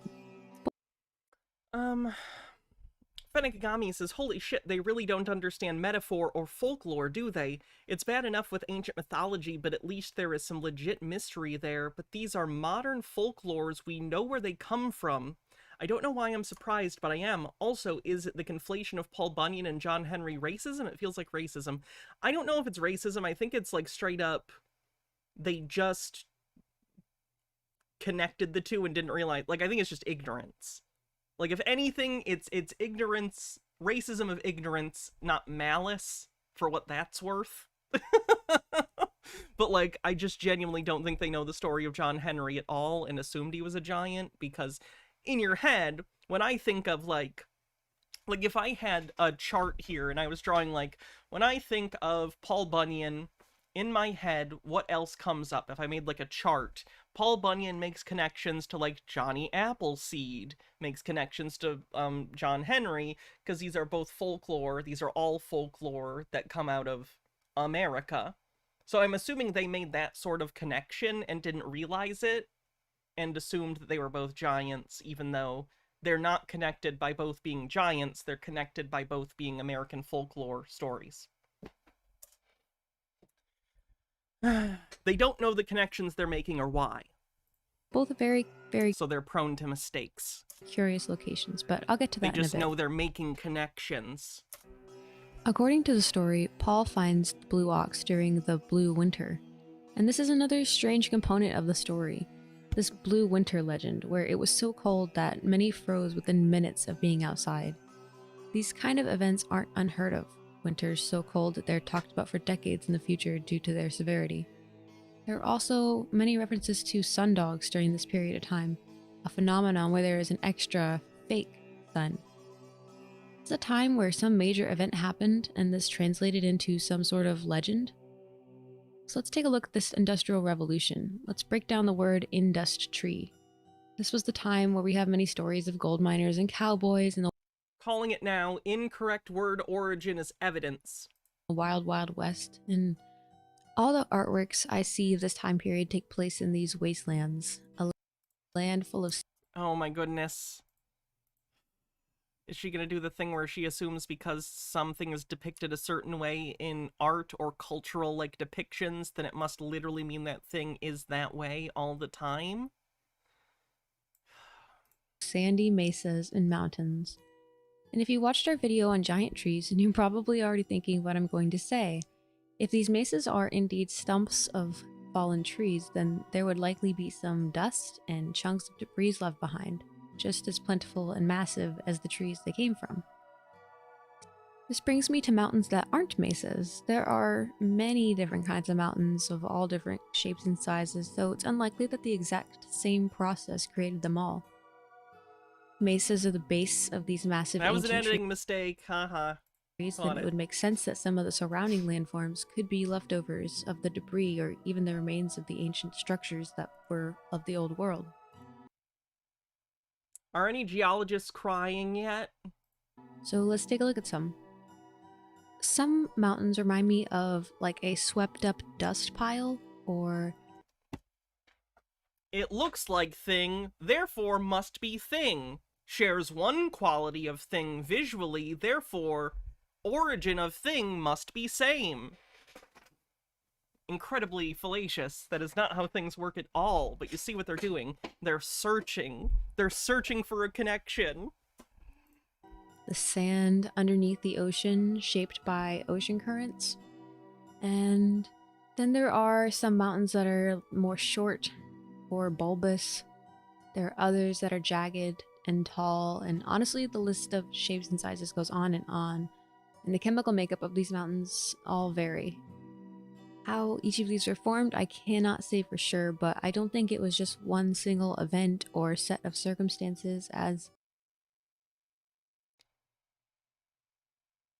At least you're as far to understand that different geological formations are caused by different geological conditions and events?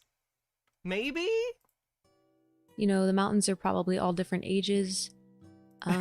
Probably. We know about the Mudflood, the water flood, the dark winter, plasma beams, the frozen, the petrified, the melt. I'm not familiar with the plasma beams. I'm not up to date with the plasma beams.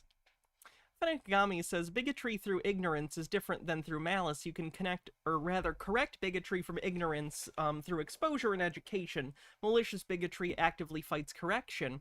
Granted, both kinds of bigotry can be generally as harmful as each other, and often barely feel any different.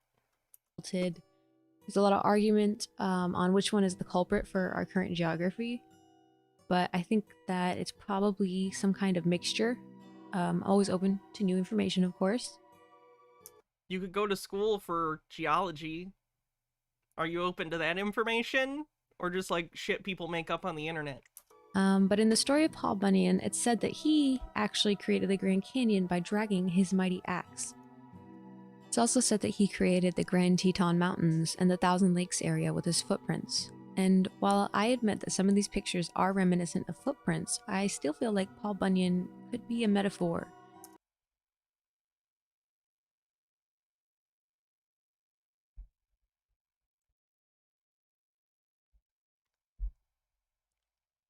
Hold on to that feeling. He is a metaphor. You are correct.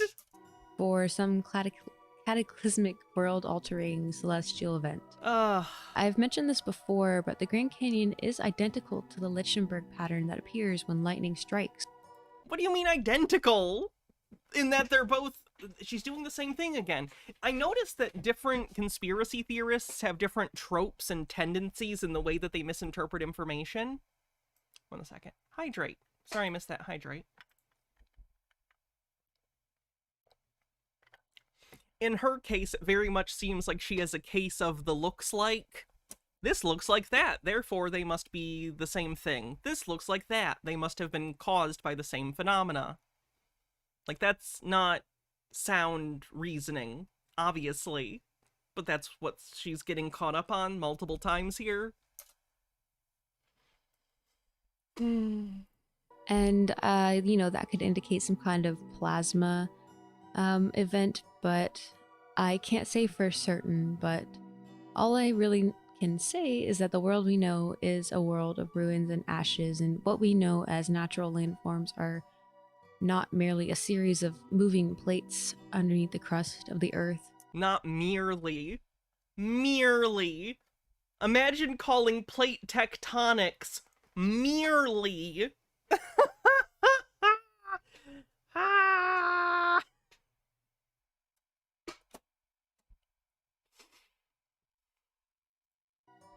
I think erosion is just a small part of shaping and creating these landforms. When we look at Horseshoe Bend, we can see that it has very little to do with tectonic plates or water erosion. The official story is that it was carved out over millions and millions of years by water. The official story, but that's what Big Canyon wants you to believe. Overthought, thanks for gifting a sub to Broha. But when you actually go to these places and you see the landforms with your own eyes, there's just a lot of... Broha says they're dendritic, whatever that means. Broha knows what he's talking about. He knows this stuff. Really good questions that come up.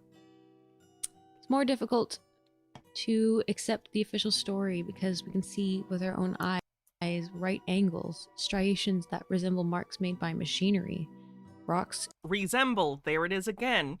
Thing looks like thing, therefore same thing. Shaped like animals or other familiar objects. I know that the acceptable thing to say is, wow, these were formed by random, just like our... Oh my god, look at pareidolia. Universe. It's a good word for her to know. Isn't it so existentially beautiful? But at some point, the coincidences start to look like a different picture than the one we're... They're not coincidences. There's this thing where conspiracy theorists will confuse coincidences for just things that happen. Things happening that you find suspicious aren't coincidences.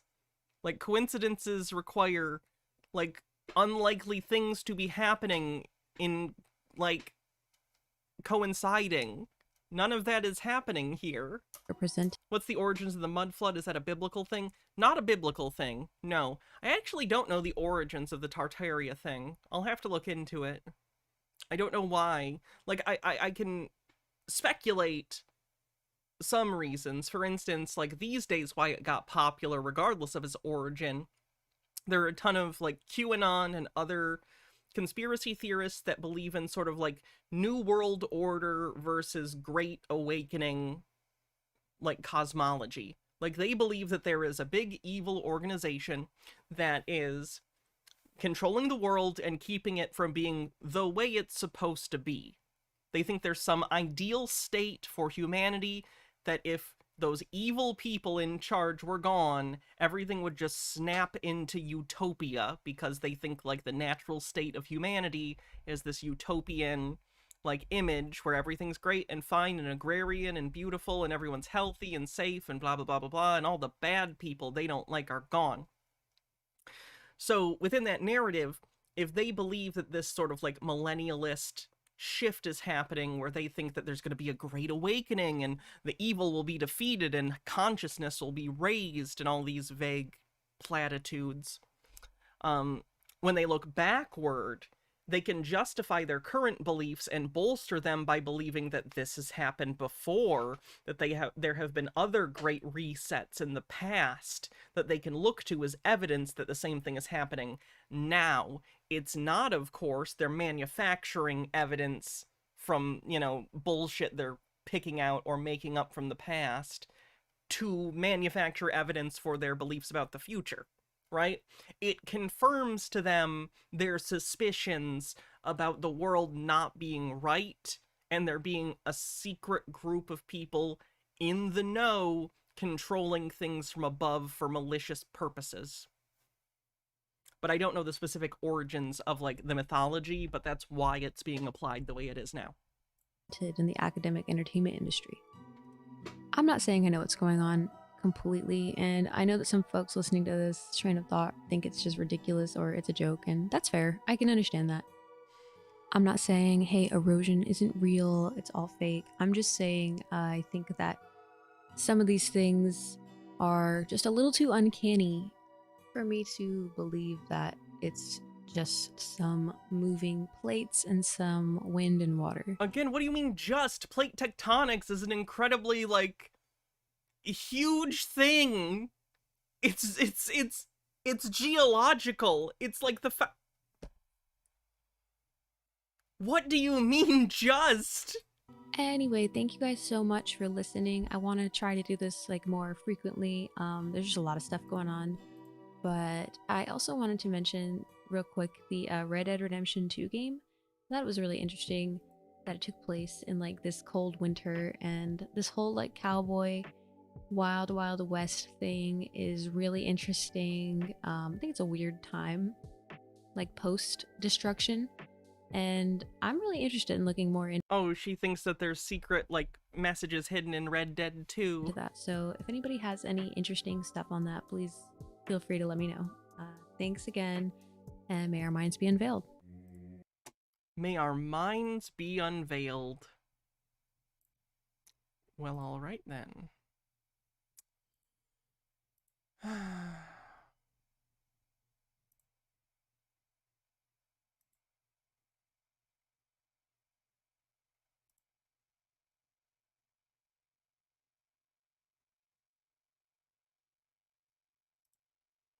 MH Dark Beast says, so Hannah, in celebration of New Year for you and the channel and your joy, I think you need something thick. Oh god, what is this? Have you ever seen a thicker grilled cheese sandwich than this? Probably not, because this is the world's thickest grilled cheese sandwich that I made earlier this year. This sandwich is a masterpiece, and I almost didn't make it. What happened is a lot of people were requesting that I make the world's thinnest grilled cheese sandwich, so I went ahead and did that. I was struggling a little bit to cut the bread so thin, but we eventually got it done, and I think the sandwich turned out great. But you guys wanted more. Hundreds of people requested that I make the world's thickest grilled cheese sandwich, and I'm down for a challenge, so I decided to try it. I originally thought I was just going to use some really thick bread and a really thick slice of cheese and do that, but I decided that might be wasteful because it would be really hard to eat. Okay, good. I don't like stuff where they waste the food. So I almost didn't make a thick grilled cheese. That's when I had the idea to make a thick grilled cheese with 2 C's, if you know what I'm saying. I knew what I wanted this to look like in my head, but I really doubted my ability to execute this until I started doing it. This might be a shocker, but I've actually never attempted to carve a butt into a slice of bread. So I'm impressed with myself and a little bit scared that this turned out so well. Have you ever seen a thicker grilled cheese sandwich than this? Probably not. That was funny. I would eat it. There are many. I'd eat that grilled cheese.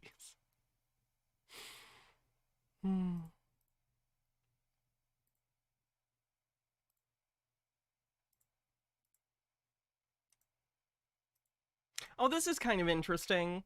This is a conspiracy theorist, I think an anti-vaxxer, I'm not positive though, who is upset that basically, you know, she was trying to tell someone conspiratorial nonsense and basically got mad, you know, like, hey, don't, like, try and spew that conspiracy stuff at me. And she's upset about it. So let's take a look. Hey, y'all. So, I just wanted to show you guys these audio recordings that I have because, I think it's quite notable on the topic of, you know, how we got here, how fucked up people have been, how fucking retarded they are, and how sorry about that, how they treat you like a scumbag for trying to save their life. So, a little bit of background on this. This is a girl that I worked with about 10 years ago. Probably more than that, probably 11 or 12 years ago. We worked at a grocery store together, and she was my best friend at the time. We worked together every single day, so she, you know, she knows, if you don't know about my cancer story, down below, there is a video, there's 2 videos labeled, Yes, I Can, Sir, and that is about my cancer story and how I cured cancer with herbs, if you're interested in. She did not. You cannot cure cancer with herbs. Go check that out. She is not qualified to be making medical assertions like that. Ugh. But so, this girl... Wonder if her and Peter are friends. Called me. She sent me a text message asking me if I could help her. So she knows that I cured cancer. She was friends with me. You did not cure cancer. Right after I cured cancer. So, last year, one of her good friends, a man, was diagnosed with stage 4 lymphatic cancer. And he did not want to do chemotherapy or radiation or anything like that. This is, by the way, where magical thinking becomes dangerous. When people don't understand something or don't like the real explanations, so they change them in their head to something they'd prefer. If it's benign, it's whatever. I don't think people should intentionally delude themselves, but, like, I understand people fill gaps sometimes.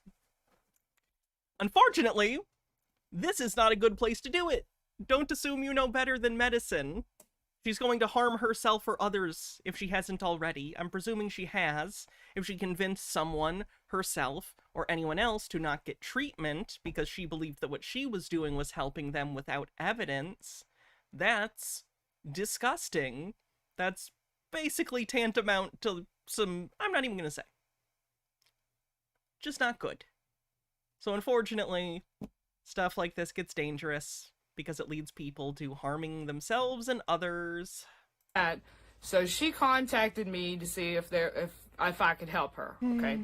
So this is the 4th person that I personally saved from cancer.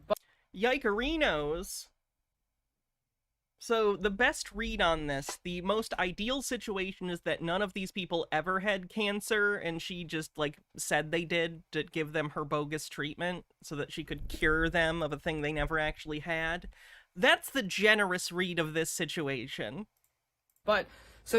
A worse read would imply that she actively was involved in convincing cancer patients that she could cure them, even though she has no right to such claims. During our conversation, she contacts me. She says, Kristen, I got this friend. Can you help me with this friend? I said, well, you're going to have to call me so I can talk to you.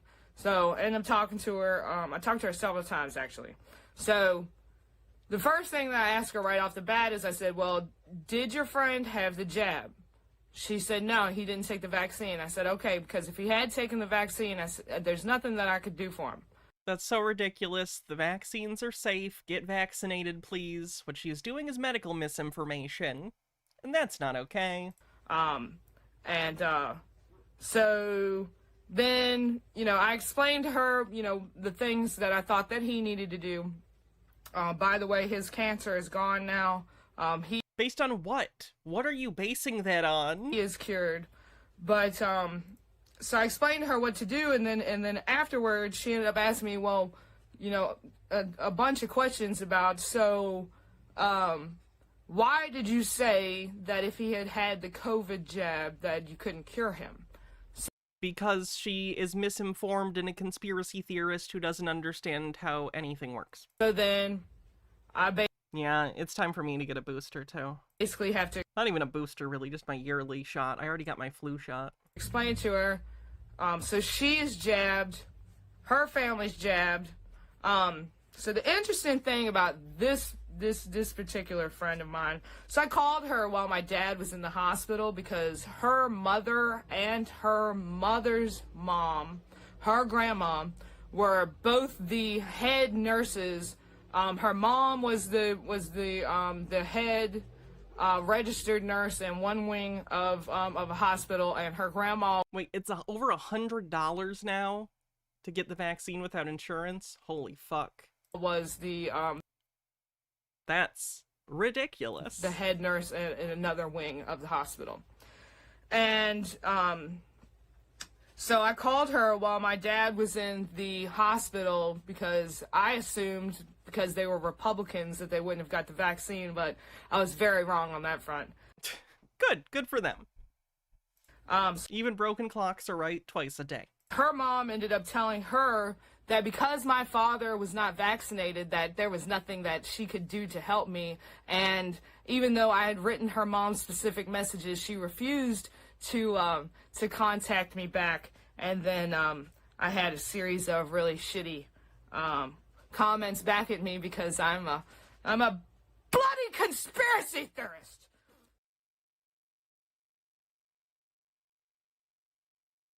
Sometimes emotions are hard to handle, aren't they? So, these are some of her voice messages that she left me explaining why she got the vaccine and how it... Because it's safe and effective? Seems like a good reason. It had nothing to do with whether or not her grandmother and her mom were vaccinated.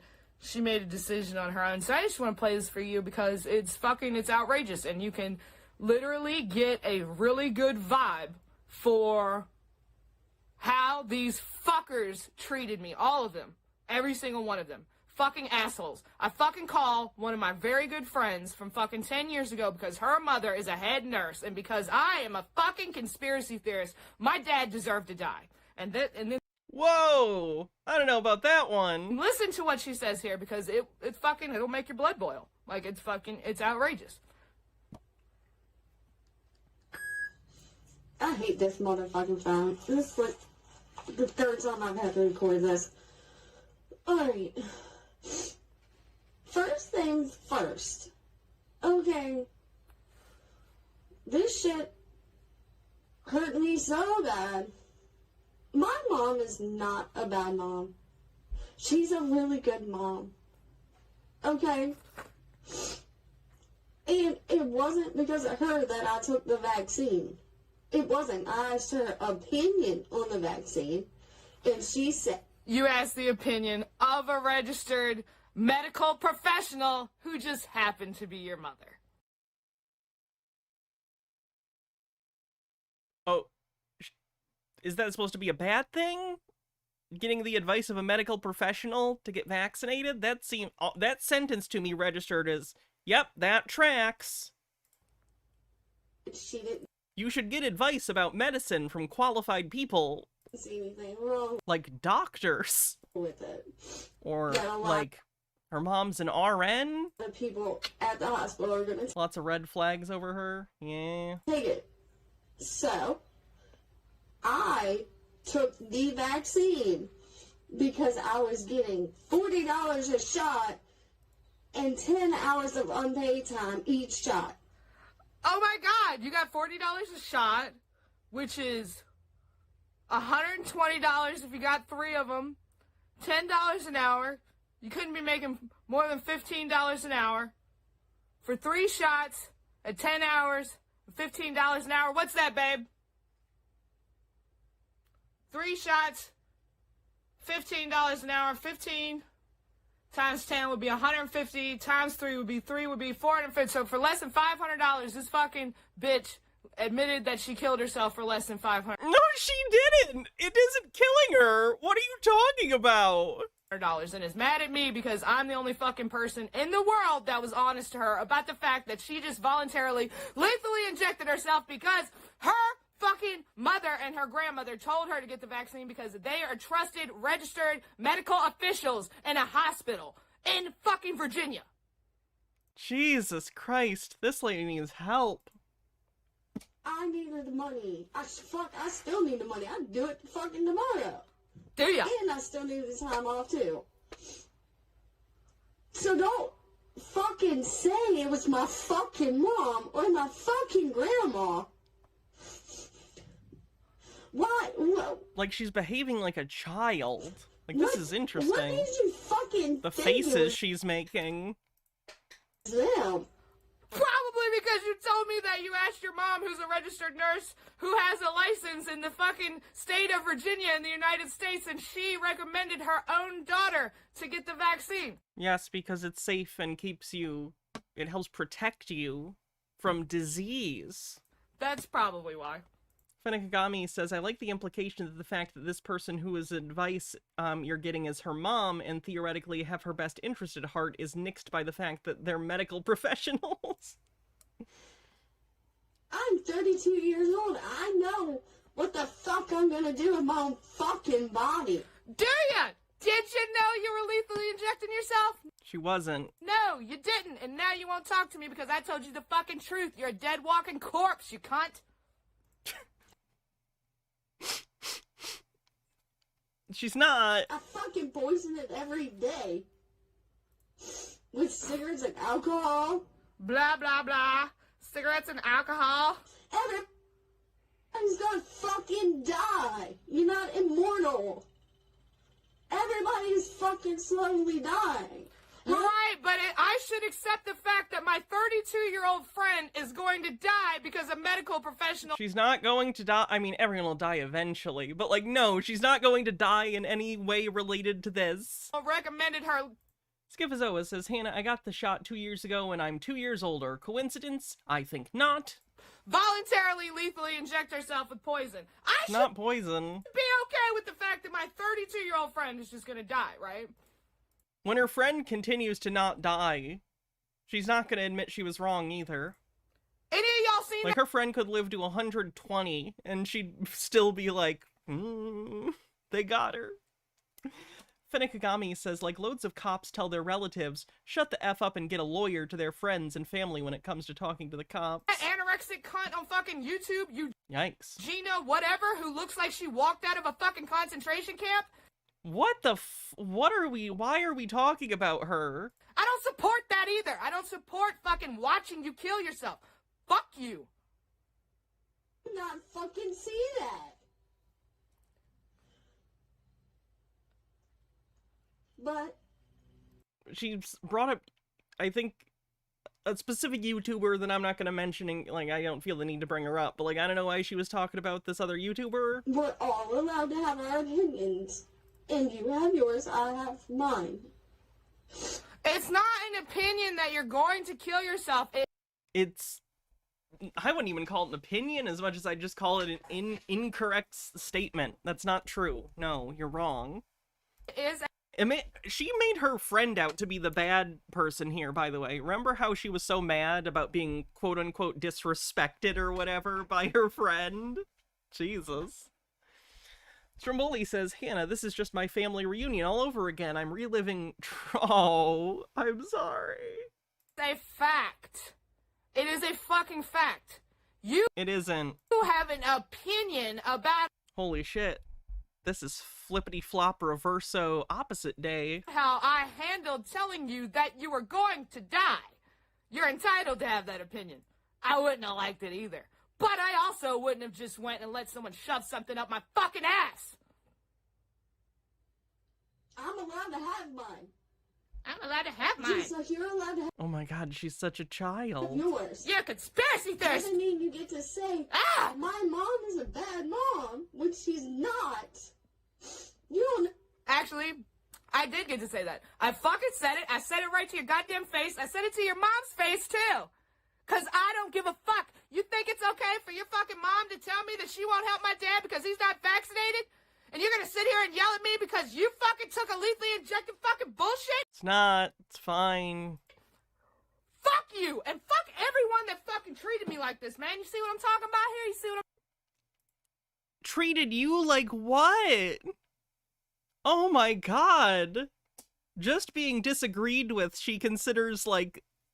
Look how she's acting at just someone telling her she doesn't agree with her and that she was hurt by what she said. This is her reaction. I'm talking about? Fuck these fucking zombie fucks. The fucking half of it.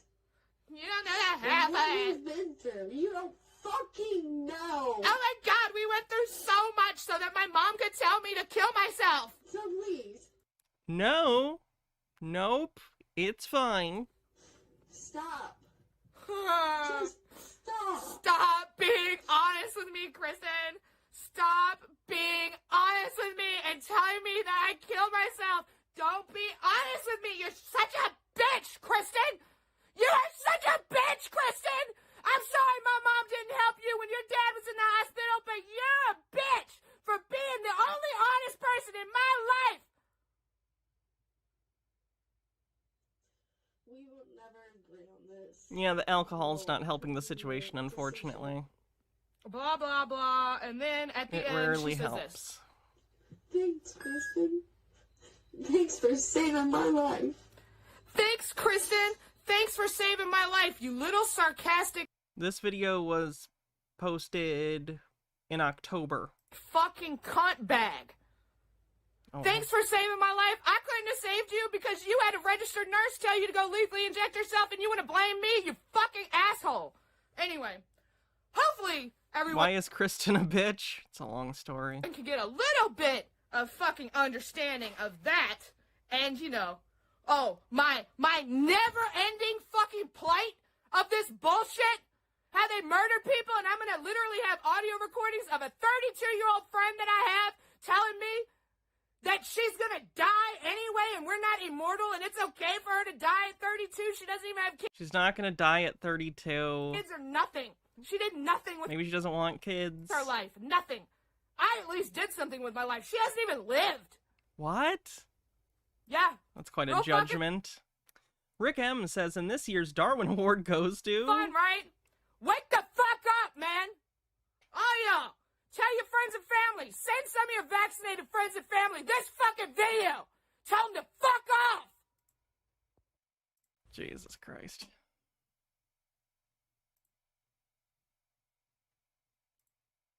Don't use ableist language like that. Okay. Oh, what's next? What's next? Oh, I should say, I think that's a good example of how once people get on sort of conspiratorial tracks, they can socially isolate themselves. They'll get into such a warped sense of how the world is and what is happening that they will be constantly stressed and paranoid and upset and defensive, and they alienate themselves from people around them, which unfortunately usually pushes them further into these cycles of being pushed further and further into extreme spaces on the internet with other people who believe similarly out there things and continue to expose them to more and more extreme conspiracies.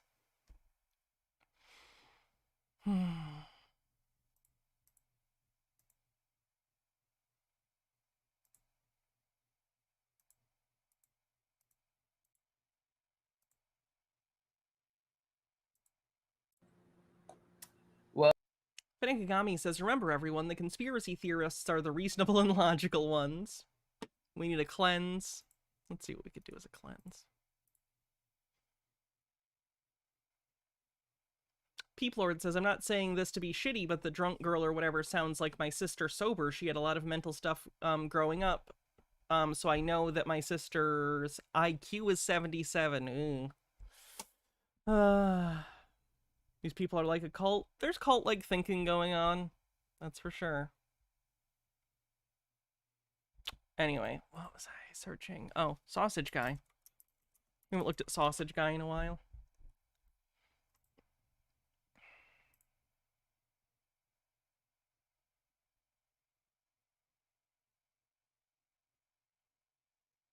Pizza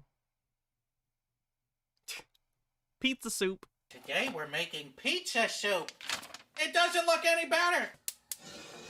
Now I know what you're gonna ask. Is pizza soup just a pizza boiled in water? Yes. That's exactly what that is. All right, and then it's just a simple matter of just... there we go. I don't like that. What a lovely broth color we already have. You know, perhaps a bigger pot would have been the wiser choice to make. I will say this, it's starting to smell pretty good. It's impossible to tell if it's done, but we'll go with the assumption that it is. It looks really rich and brothy. It's actually surprisingly good. I think I'm gonna finish the bowl. We only boiled this one for an hour. I'd say if we boiled it for another hour, we'd have a less watery broth and a pretty rich broth. Not only is it pizza, but it's a supreme pizza. So you got onions, you got peppers, you got sausage. It tastes like a liquid pizza. I don't know. I love it. So I'm gonna have to give the pizza soup a 4 out of 5. Gross. Thoughts on the Doctor Who Christmas special and who the old lady at the end could be. I talked about it briefly before, but I'll just say I enjoyed it. The pacing was a little quick, but I really enjoy the new Doctor, as well as Ruby. I think they're great. Excited to see them together more in the next season. The lady at the end, I don't know who it is. Probably a new character, but I hope it's Susan. I want Susan to show up at some point. Well, hello everybody. Welcome to Super Soldier Talk. I skipped the intro because we only have 45 minutes. I want to make sure Mary had some time here. But we have, of course, Mary Beaver here today, and she's going to be sharing a little information on some of her strawman research, as well as how you could be set free from the matrix that we're in. Matrix. And she also has an update on a spaceport expedition. So Mary Beaver served 8 years in the U.S. Army as a human intelligence analyst, as a linguistic interrogator with cryptologic linguistic abilities. She has the unique ability of real-time memory or click coding intelligence, which allows her to learn ancient languages such as Phoenician. She has memories of being a super soldier, mission on spacecraft, Super Earth Terra 3, and traveling to other galaxies. All right, so let's go ahead and let's just go get onto it, okay? If you've not seen me cover this group before, they all believe that they were super soldiers in either a past life or their memory were erased or something. It's a conglomerate of a lot of different conspiracy theorists with a lot of different beliefs that come together to create sort of a collective mythology. You read the rest of the bio there. So how are you doing today, Mary? I'm doing good. How are you? Great. Thank you so much. So go ahead and introduce us to our topic here, and I'll be right back in just 15 seconds. Go ahead. Okay, so I was going to go ahead and touch up on some information regarding my strawman research from the last 10 years and a few of the groups that I have been in or observed who try to help people get out of the strawman, who I believe are people that are just trying to keep you looped into it. And everybody was kind of looking for the way out, right? Because we know that we're in a system, but how do you escape the system? We've seen movies on this, we've seen other stuff on this, and I just want to give my personal believe sci-fi technology exists on the bingo card, Matrix perspective. I was going to try to leave a lot of it alone, but it doesn't look like those people are going to leave What me is strawman research? It's sovereign citizen bullshit. alone. So not that I'm challenging anybody, but I do believe that I want to help direct people in the right direction if they want to get out of the system. Everybody sounds good when they're like, oh, I've got the way, I can do this and I can do that. And then there was like this realization this year that nobody's getting out, right? Like we're all just looping ourselves in the infinite eight. And, we can jump into all these different groups if we want. Everybody's got something, but I don't even think those guys are completely out. Actually, I found out they're not completely out. So talking about other Sovset gurus, I'm guessing. You can live. She's like, don't listen to those other people. I know the real secret to getting you out of legal responsibility. Isn't it LARPing? No, they really believe this. Within the system, but the heads aren't going to let you out. That's just how it is, because then you're going to interfere with their world. And that's not okay. They don't want that. They don't like us. We're nothing. We're not even humans to them. So if we can, I'll just go ahead and jump into my favorite. He's an avid fan, I'm sure, Russell J. Gould. And I only say he's an avid fan because he won't keep my name out of his mouth, right? It's been over a year and a half since I have had any communication with him. And he keeps saying bad things about me. I think it's still mostly LARP. Why do people why do people distrust me on this? As if I haven't done this for a long period of time and vet things. You're allowed to disagree with me, of course. That makes it sound like I don't think people are allowed to disagree. You could disagree. I promise I vetted this, though. Warn people to stay away from me because I'm trying to steal their souls or all this other stuff. So I had to research. So when I get quiet, it's usually because I'm looking for something. My job as an analyst was to dig, and that's what we do, is we dig deeper than gophers. And unfortunately, is Russell J. Gould the guy that's the protege to David, Wynn Miller? Whatever the fuck his name was, quantum grammar guy. Actually, I wasn't digging in the dirt. I was digging in the higher levels of the system itself to find out who Russell J. Gould was. So here's my story on that and how he made and then broke my family's life, I guess. So he comes in as a hero, like most of them do. And I'm imagining a world where the Matrix was never made, so instead of conspiracy theorists being obsessed with, like, the Matrix and calling everything the Matrix, instead they compare it to, like, Existence or Cool World. was all on board. He knew knowledge that not many do. I've watched all their videos, even old videos, and I was like, well, I got to talk to this guy. Well, you can't talk to this. Or the 13th floor. Does anyone remember the 13th floor? No one remembers the 13th floor. Guy, unless you get what he calls a live life claim, right? And so I have one. This is mine. Here you go. And it has it. So this is what a live life claim looks like. You get it done on bond paper. Dark City. Thank you. You send him a copy, and then couldn't think of the name of that. You're in the group of Russell J. Gould.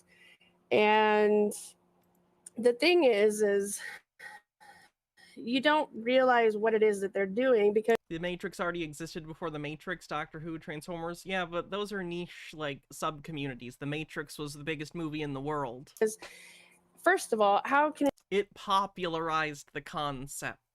How about that? Anybody read this? Quantum. You gotta sign up. So you don't know. Oh, good. She's on the quantum grammar bullshit. Lovely. Know what you're signing, right? So there's the misconception. It's kind of like, oh, if you want to drive a car, you got to get a license. But we're not going to tell you that you don't technically need a car or a license to drive a car. We're just you do need a license to drive a car on public roads. And tell you if you want to do it, you have to sign up. That's what he's doing. You got to sign up if you want to talk to him. Okay, so I signed up. And went to a couple workshops, signed up my kids, and I thought, this guy's it. He's saving the world. And then when I presented opportunities to him to take it further because of who I was, things got weird. And next thing I know, I'm in a court case that he was helping with in the beginning, and I filed all the documents like he said. And things got weird in the court. I bet they did, because none of the things you filed were acceptable, would be my guess, because it was all done by him and his nonsense. County and state level, they don't deal with these. And then next thing I know... people at the federal level don't deal with them either. It's nonsense. U.S. Marshals are coming in, pulling my kids and I out of the house after I won the case. I'm gonna put a big... X to doubt. I'm gonna press X to doubt. And so I sat there for about 2 weeks, homeless with my kids and I, wondering, what did I do wrong? And then I have to stop and think. I don't do anything wrong when I go to court. I know the law. Do you? Are you sure? I don't know his documents, though. So what was it that his documents did that got me removed from the house? So I called the court, talked to the court clerk, And she plainly stated, Mary, your business and my business is done. We have nothing further to say to each other. And I'm like, well, I have more questions because I want to know how I won one case and you allowed the opposing counsel to open a second case and get me removed by federal. So how did that work? And she's like, you sovereign citizens. And I'm like, oh boy. So I just let her rant for That's like what you are. minutes, because when people are irritated, they're going to tell you things. So you just got to listen. No matter how much it pisses you off of what they're saying, you got to listen because they're telling you what's happening. I'm going to save the rest of this for Sovereign Citizen Day because holy shit.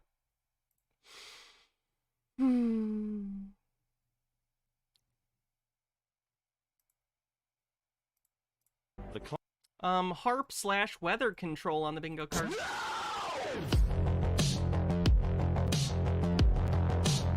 The climate bomb is a new weapon of mass destruction that is being secretly developed. No, it's not. Conspiracy theorists are never going to admit that climate change is real. Which in real time, I'm seeing it shift to weather control devices. Involves the HARP system of magnetic bombardment to obtain unimaginable effects on a planetary scale, triggering floods, earthquakes. And to be clear, the HARP thing is not new, but it's gained popularity a lot in recent years as a justification to continue to deny climate change. Tsunamis, droughts, and cataclysms. Unfortunately, this scenario is no longer science fiction. Rather, it forms part of climate-based geoengineering, which uses chemtrails and HARP. Oh my god, chemtrails. Let's look at the bingo card real quick. I know we're in the middle of a video, but it's been a bit. Real quick. Mountain was a giant tree. Tartaria. Chemtrails. The Matrix. Weather control.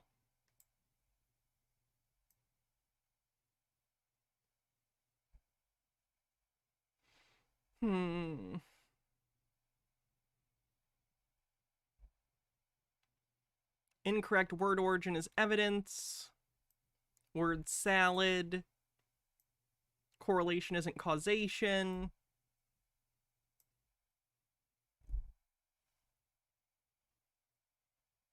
Giants.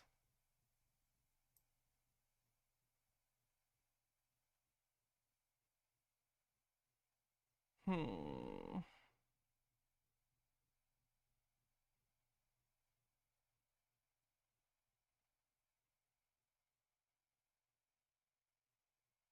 think that's it. I think chemtrails covers the yells at clowns thing. I don't think Chris yelled at clowns today.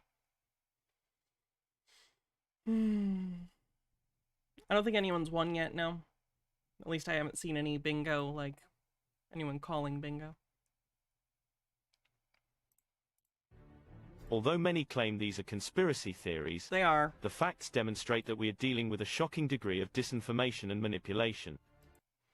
The debate surrounding global climate change rarely acknowledges the existence of the climate-altering techniques detailed in the Environmental Modification Convention, ENMOD. Nonetheless, global climate can now be modified, as part of a generation of sophisticated electromagnetic weapons. You have, like, no justification for saying that. Not the case. Both the USA and Russia have developed the ability to manipulate the weather for military purposes. Indeed, the US Wouldn't that make more sense to use it for, like, making sure that there aren't droughts and making sure there's ideal rainfall and weather for crop production? Like, I feel like there's a lot you could do with that that would be beneficial to the power and output of your nation that has nothing to do with war. The Army has honed its skills, enabling them to selectively alter climate patterns, and this technology has been perfected using the High-Frequency Active Auroral Research Program. It is a side project linked to a strategic defense initiative from a military standpoint. HARP is a weapon of mass destruction that operates in outer space, and No, it's not. It is capable of destabilizing the entire world's agricultural and ecological systems. Like, they just say shit. Like, he's not even justifying In these. other words, HAARP's climate-altering techniques can completely undermine a national economy and force millions of people into poverty. Did you know that that would also be bad for the wealthy? It can kill a nation without deploying troops or battle tanks. Battle tanks. Jesus Christ.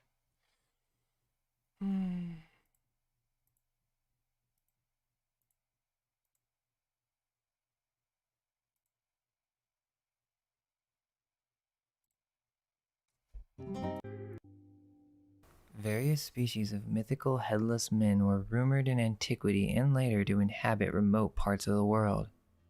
They are known as acephaloi, headless ones, or blemmies. Blemmies have been talked about throughout history by many ancient authors. Authors, of course, who have established reputations in mainstream education. So? That doesn't mean everything they ever said or wrote about was real. What in the world? Ugh. Frustration. One constrained to the modern world view of reality. Literally, at some point, someone was just like, what if people, but their face was, there was no head, so their face was on their torso? That's the whole thing. It's weird, but like, is that absurd? That someone would make that up? Not really. It's just weird. But like, it's not so weird that you couldn't make it up. Would find believing beings like this once existing in our past very hard to believe. Yet, we receive very detailed descriptions of these peoples, including they're like people, but their face is on their torso. Locations and customs, and they— Oh my god, no one has ever written fiction that includes fictional creatures and characters and a fictional location before. Wow! They are referenced by multiple cultures from around the world. That doesn't mean they're real. That means multiple people had the idea, what if person but no head? Now, I want to discuss what I think is going on here, but first, let's take a look at some of these references. One of our first references is from the famous Greek historian Herodotus and his book. Peeplord says, okay, so weather control and military, we can and did, and it's against the Geneva Convention. In Vietnam, we did cloud seeding to extend the monsoon season to deny access to the VC tunnels. China did the same thing for Beijing Olympics to clean the mashed potatoes, thick pollution, to not be embarrassed. Very different than the kind of thing they think. They think that they can control weather with a fine definition, like very, very precisely to any sort of condition you can imagine, not just we can increase the moisture content and help make it rain. What about face sapiens? Oh god. 你别笑。 Oh. 最后赚钱的原因吗？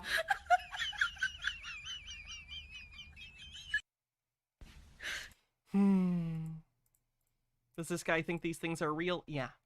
Book Histories, which is considered the founding work of history in Western literature.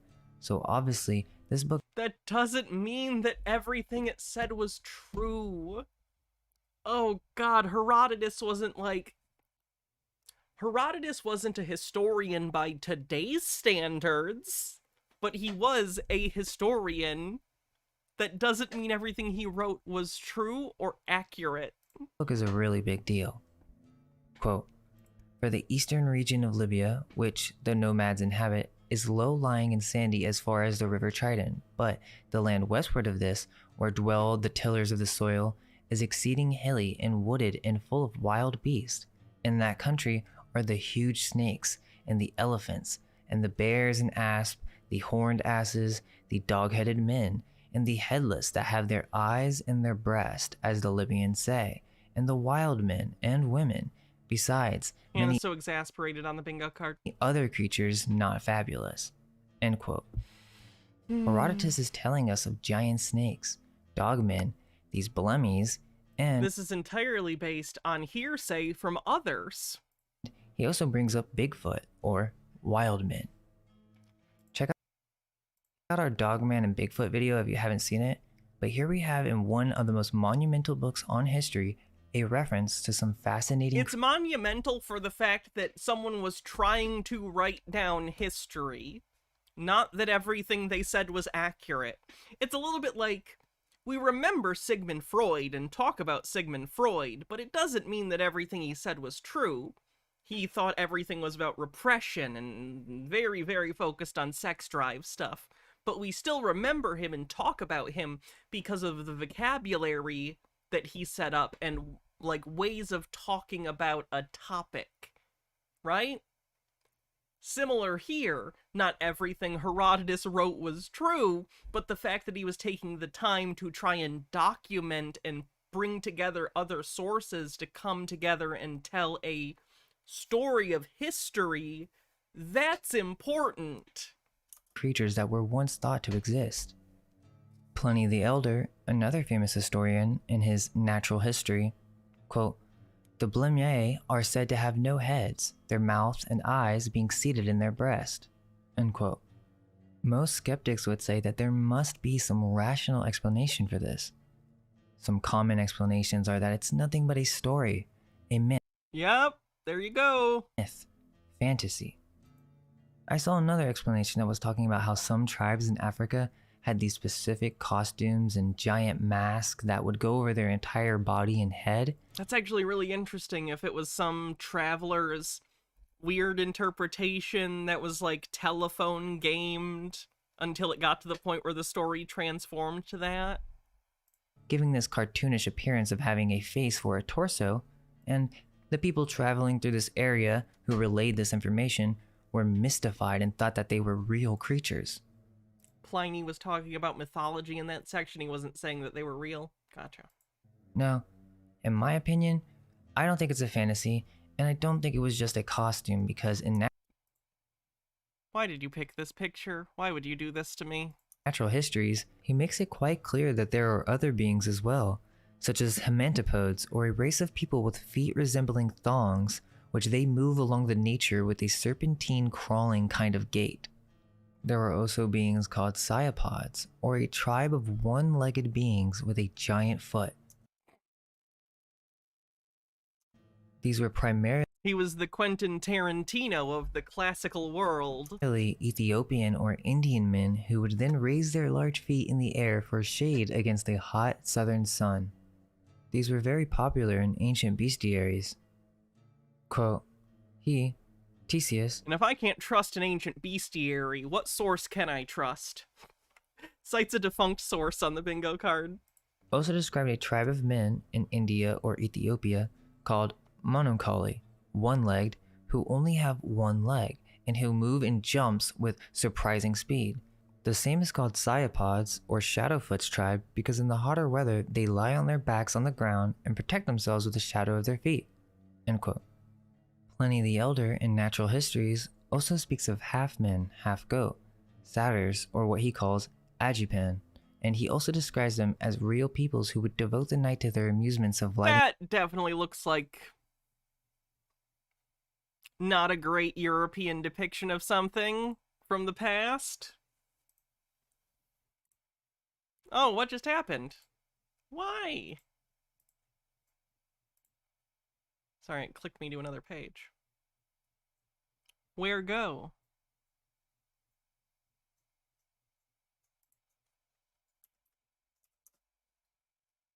Also describes them as real peoples who would devote the night to their amusements of lighting up fires and dancing to the music of drums and cymbals.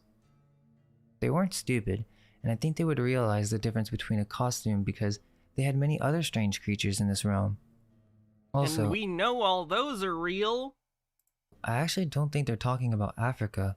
Remember, terms have been switched throughout history, and I was reading an online book of natural histories, and in Book 5, Chapter 1, there is a note talking about how they used to think that Africa was Asia, and that they have no idea how such an error came to be.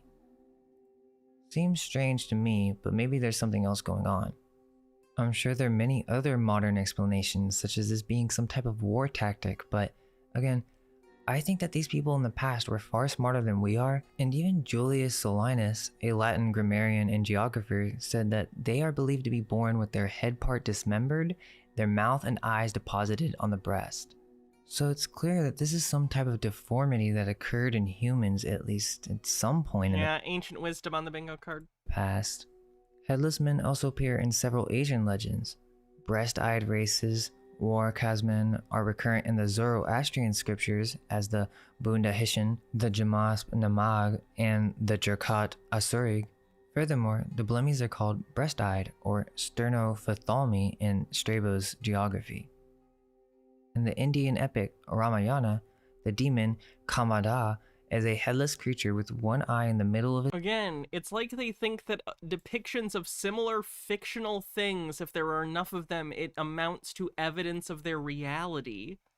It's so strange. On the horizon.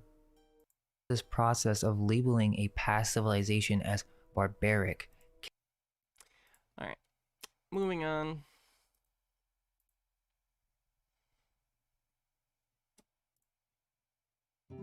This is believed by the majority of the modern population together and to discover more. This video is by no means an attempt to take anything away from anyone. It's simply an opportunity to present an alternative version of history that we have not been privy to. The only way to fight the separation and division that's happening right now is to come together and to discover more about ourselves. Let's have an open discussion. In the modern day, we have this concept of the African American. This concept that blacks were— Oh boy, this is gonna be bad, isn't it? Oh, there's a bingo. Someone thinks there's a bingo. Let's see. Transphobia, satanic, free space, cites strong source. Yep! You win! Congrats! I will write your name down. Give me 1 second so I can copy paste it into my list. Robert Adasset. Let me do that. So we have bingo winner for today. Congratulations.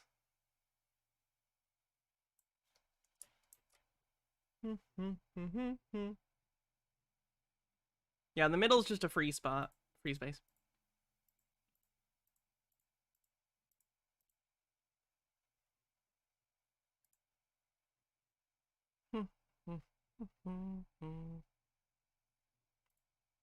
Sorry.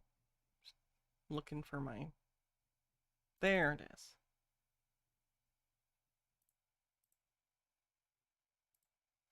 List of bingo winners. Saved. Perfect. were taken from Africa, brought to America, and that they were stripped from their homeland.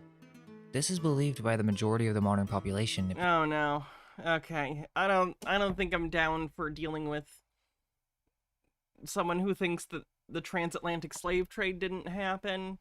I want to move on to a different video, because nah, not fun. In the time of Tartaria, and yes, he said a racist way to describe... Yeah. Is it possible? GamerG says, these creatures are real, Hannah. I saw one on my own eyes. He was green and had one eye, no head, and he said he did stand-up comedy for kids. Here's proof. Mike Wazowski. That in the time of Tartaria, there was a public aerial transport system that made use of etheric technologies. What? Are many of these technologies left over and rediscovered? Nah, there's not really anything from Gina that's interesting. Discovered after the Mudflood.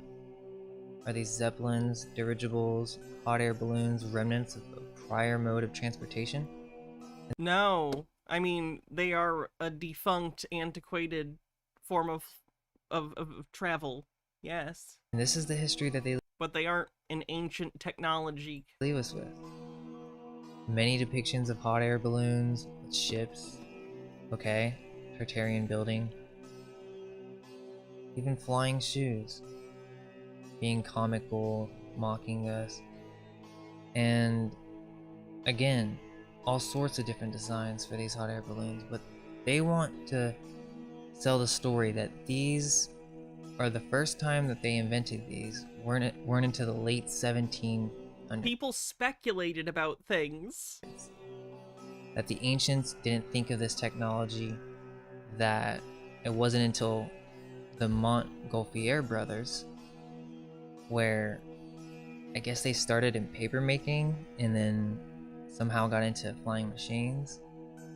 But what doesn't make sense about all this is that on the hot air balloons website, I would imagine that their expertise in paper making ended up being some sort of skill that transferred over to dealing with the material that the actual balloon was made out of, that they were able to make a large balloon shape and then either figured out themselves or had someone else figure out the, like, mechanism for, like, the fire, whatever.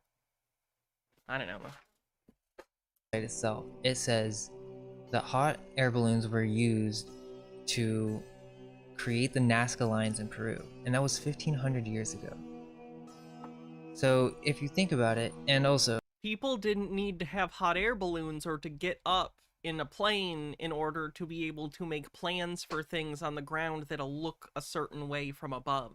I mean, in Hydrate. China, 220 AD, and it was used for military purpose. So why would it take over 1,000 years for it to be used in Europe again? And I Resources? think that this is where the cover Like a reason to use them? Like, what would be the point? up is happening, is that they're trying to act as if the ancients didn't possess this technology. I very much doubt it was even close to the same thing. What if in Tartaria, before the Mudflood, they possessed these ancient flying machines, or this technology that goes way back, and this technology was re-engineered, redeveloped, and over time they developed these efficient flying machines known as dirigibles. Dirigibles are not efficient. That, and almost famously is the Zeppelin, that would dock. This is the Empire State Building that would dock and charge, or it would get moored by a mooring cable. This ancient technology used ether, atmospheric static electricity. No, it did not. And these stations would collect it. These ancient Tartarian buildings would collect this energy. Believe sci-fi technology exists on the bingo card. And recharge these flying machines. Yeah. This must have been the very first goal of many ancient civilizations. If you can build intricate buildings that serve as aether collecting stations, then it's not far. The aether isn't real. The Michelson-Morley experiment helped disprove the aether. To consider that they developed some sort of flying machine that ran on energy it collected.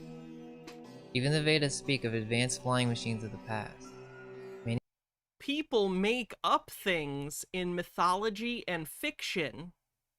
Many ancient cartographic maps are extremely accurate even to this day. Is it possible, just as with the Nazca lines, that the ancients figured out how to create aerostats, or flying vehicles that can move slow enough in order to see and record land masses from a high altitude? 300 to 500 years ago, there was an advanced civilization that we don't learn about in history. Our entire timeline has been completely convoluted by our current controllers. Our current controllers, who are... don't know exactly what happened to the civilization. Did they disappear after some sort of cataclysm? There seems to have been a comet involved somehow, and we've gone Does the Nether exist? Go get some obsidian. We'll find out.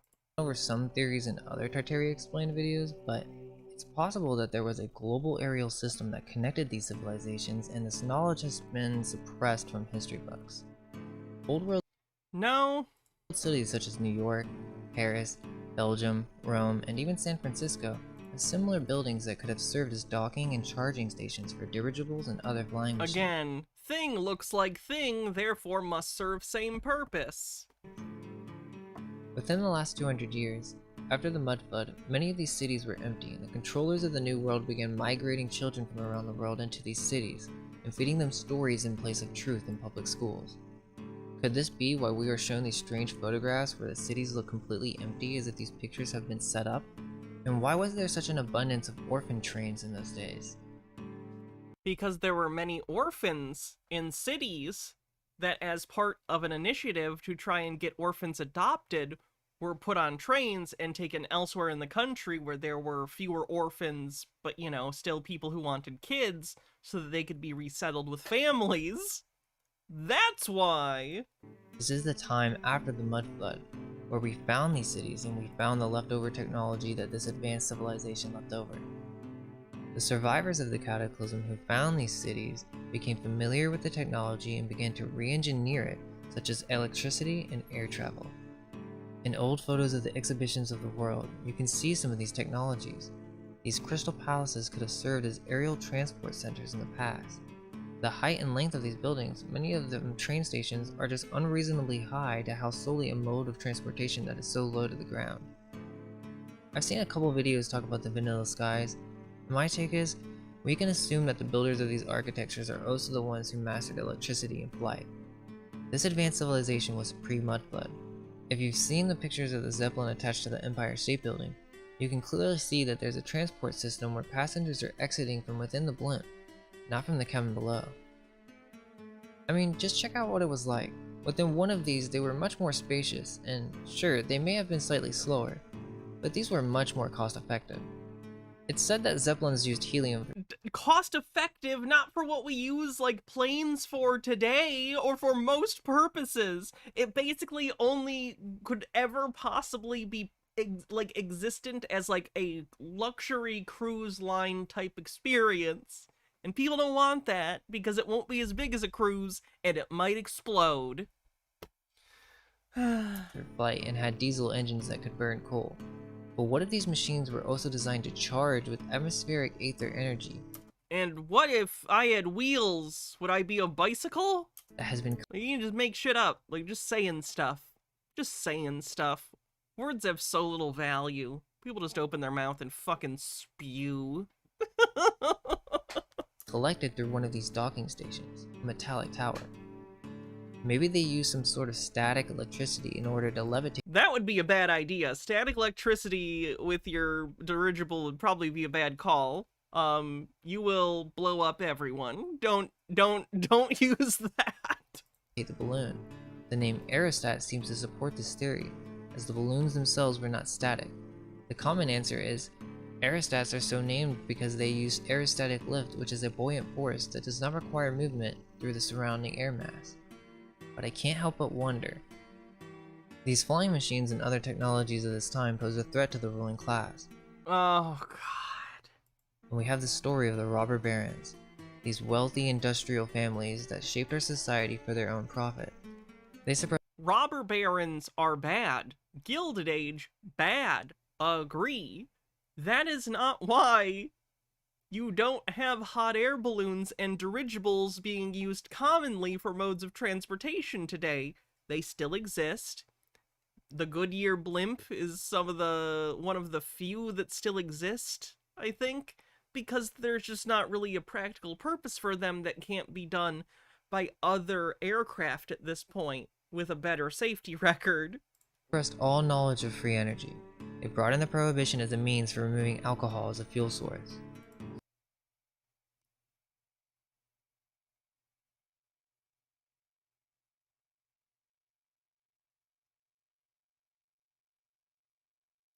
Alcohol is not a good fuel source, considering the amount of time and effort it takes to make it. And that's not what Prohibition was about. Prohibition was about a lot of things, political and social things. School systems influenced to create worker-minded humans. Removal and suppression of any new science of free energy, to trap one in a dead system or rule. Kenneth Price has some great work on this subject. The oil industry purposely seek to destroy all modes of efficient and cheap travel, redesigned our roads, engines, and vehicles to rely on their petroleum products, creating a It doesn't understand their problem is capitalism. Monopoly on the fuel industry through unfair business practices, not only through propaganda and false attacks, but through capitalizing off of natural resources. The electric Riker engine was far superior to any gas engine at the time in the 1900s. It didn't have to shift, and it could drive very smoothly at a great speed. It won many races for its time, and just imagine if they just kept at it and continued to develop these engines. There were others too, like diesel, that could run off of vegetable oil, but the oil companies who controlled the government, and still do, passed a prohibition just to remove these engines as competitors. They had cars that could literally just run off of alcohol, like the Stanley Steamer. That would be, again, incredibly inefficient. The gas engines were overcomplicated and failed in many situations. They Battery used piston technology engines, of the which time is a was not up to snuff. lesser technology.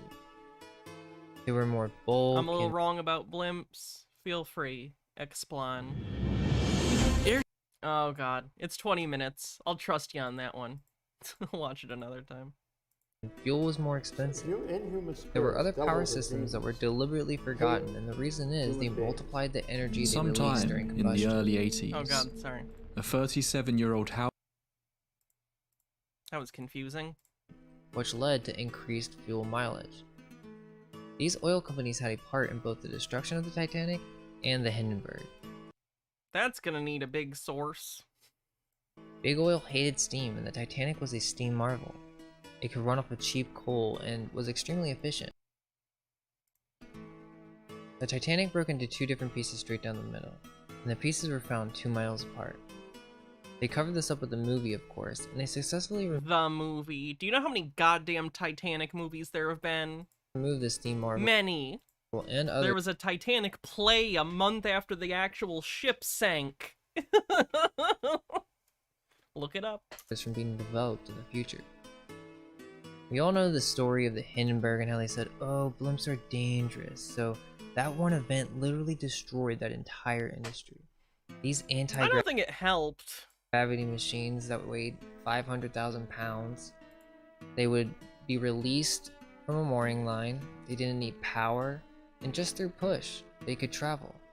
A modern jet-powered system needs I mean, they need power to propel themselves in a direction. 5 times more fuel and weight.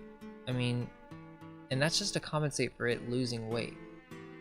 Do you understand that a jet has a different function than a blimp? The Hindenburg was much more efficient. 18 million miles of surface in 1 year. 1 year Fighter jets aren't going for efficiency as a primary target. They're going for, can I murder other things with it? operation before Get it go fast and go pew pew? People are, it says Titanic, you mean that economic justice warrior fighting class warfare from beyond the grave? disaster. It had 44 transatlantic flights that were successful. Supposedly this is just a test trial. Very fuel efficient, and if they would have kept developing these technologies, imagine what we'd have now. A free aerial transport system, maybe? The Why do you Hindenburg mean was free? It wouldn't be free! also political. You see the Nazi sign on the tail, and it was named after a political leader, so there was kind of a symbolism to this destruction. There was many bomb threats, and the lead engineer of the Hindenburg said that it was sabotage.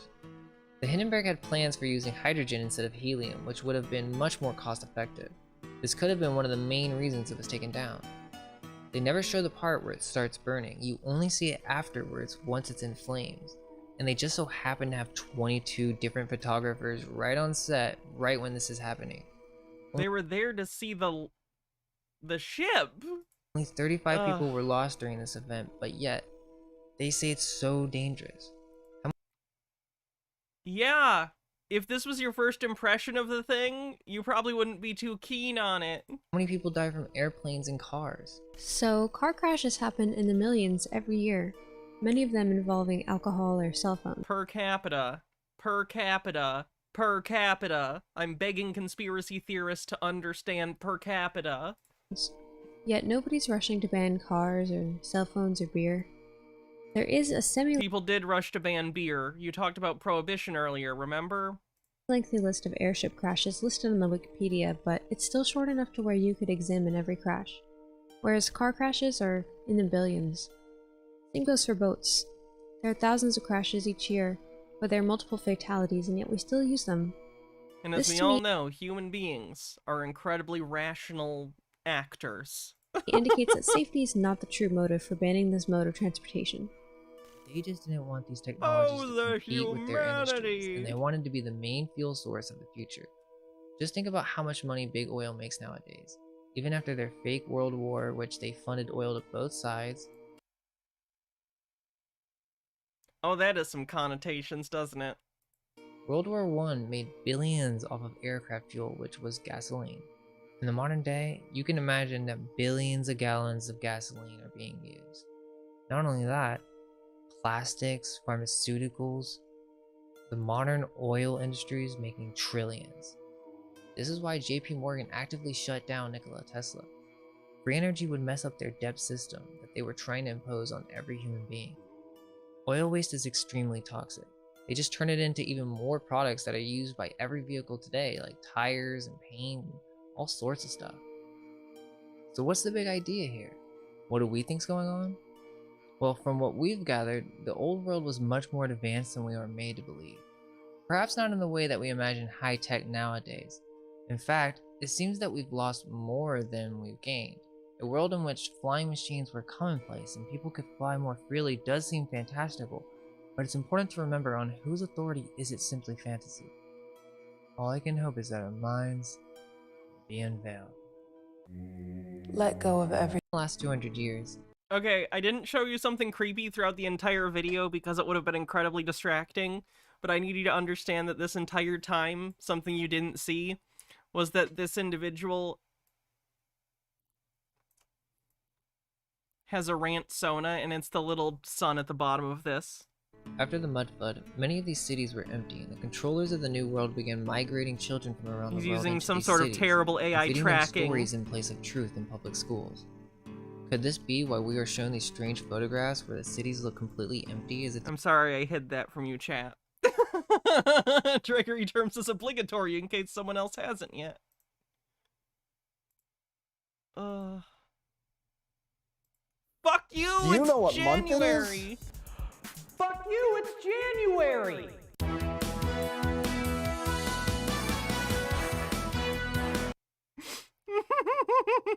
Fuck you, it's January.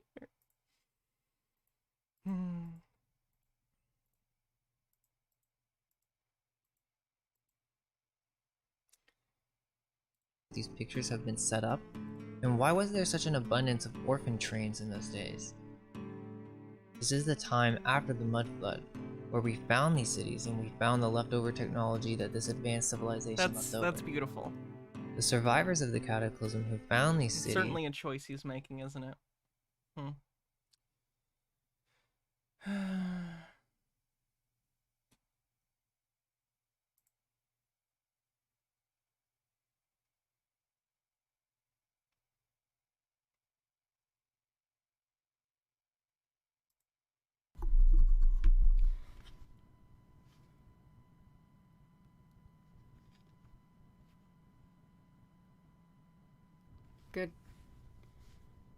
Good morning. This was, I've had some words starting to flow in. It was probably, I don't know, just a few minutes ago. 1 second.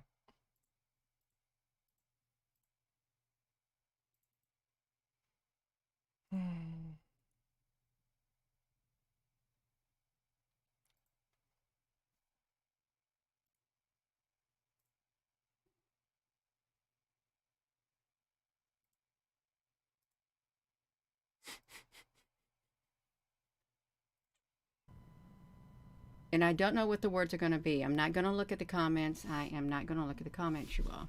I'm not. So, thank you for tuning in.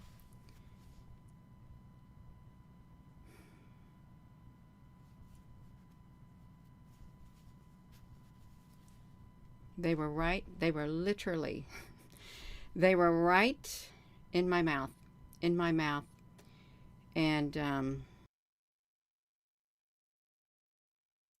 right in my mouth.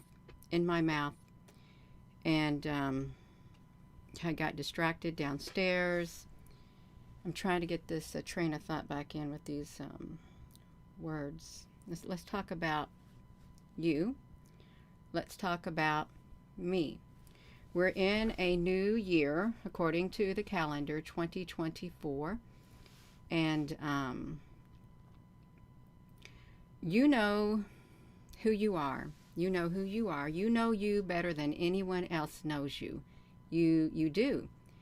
I can't tell you that I know who you are. I could even be around you every day. I could. But can I truly know who you are on the inside? Can I truly know you enough to speak for you instead of you speaking for yourself?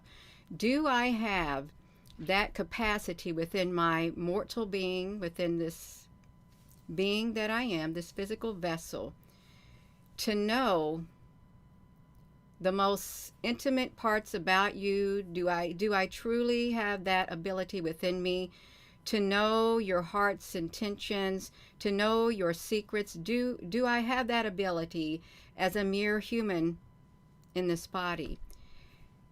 And problem of other minds. She's articulating the problem of other minds. Am I God? Do I have the...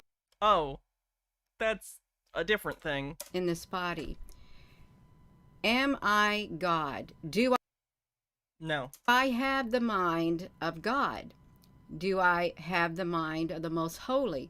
Do I have the mind of the one who truly does weigh the motives of our hearts? Do I? Do I truly... This is why I like Gina. She doesn't really hate people. She's just thinking, and she's not like... Her thinking isn't spot on, but it's not destructive. At least she's trying. I love Gina. Alright, we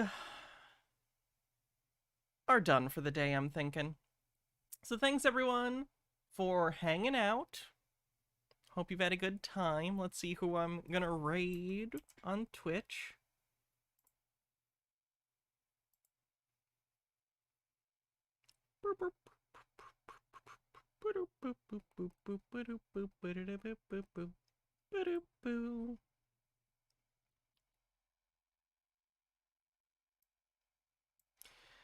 Love you too, Mr. Blast. Have a wonderful night, everyone. I'll see y'all soon, and I hope you have a great evening. New year. I don't have any expectations. Alright, I'll see y'all soon. Have a good night.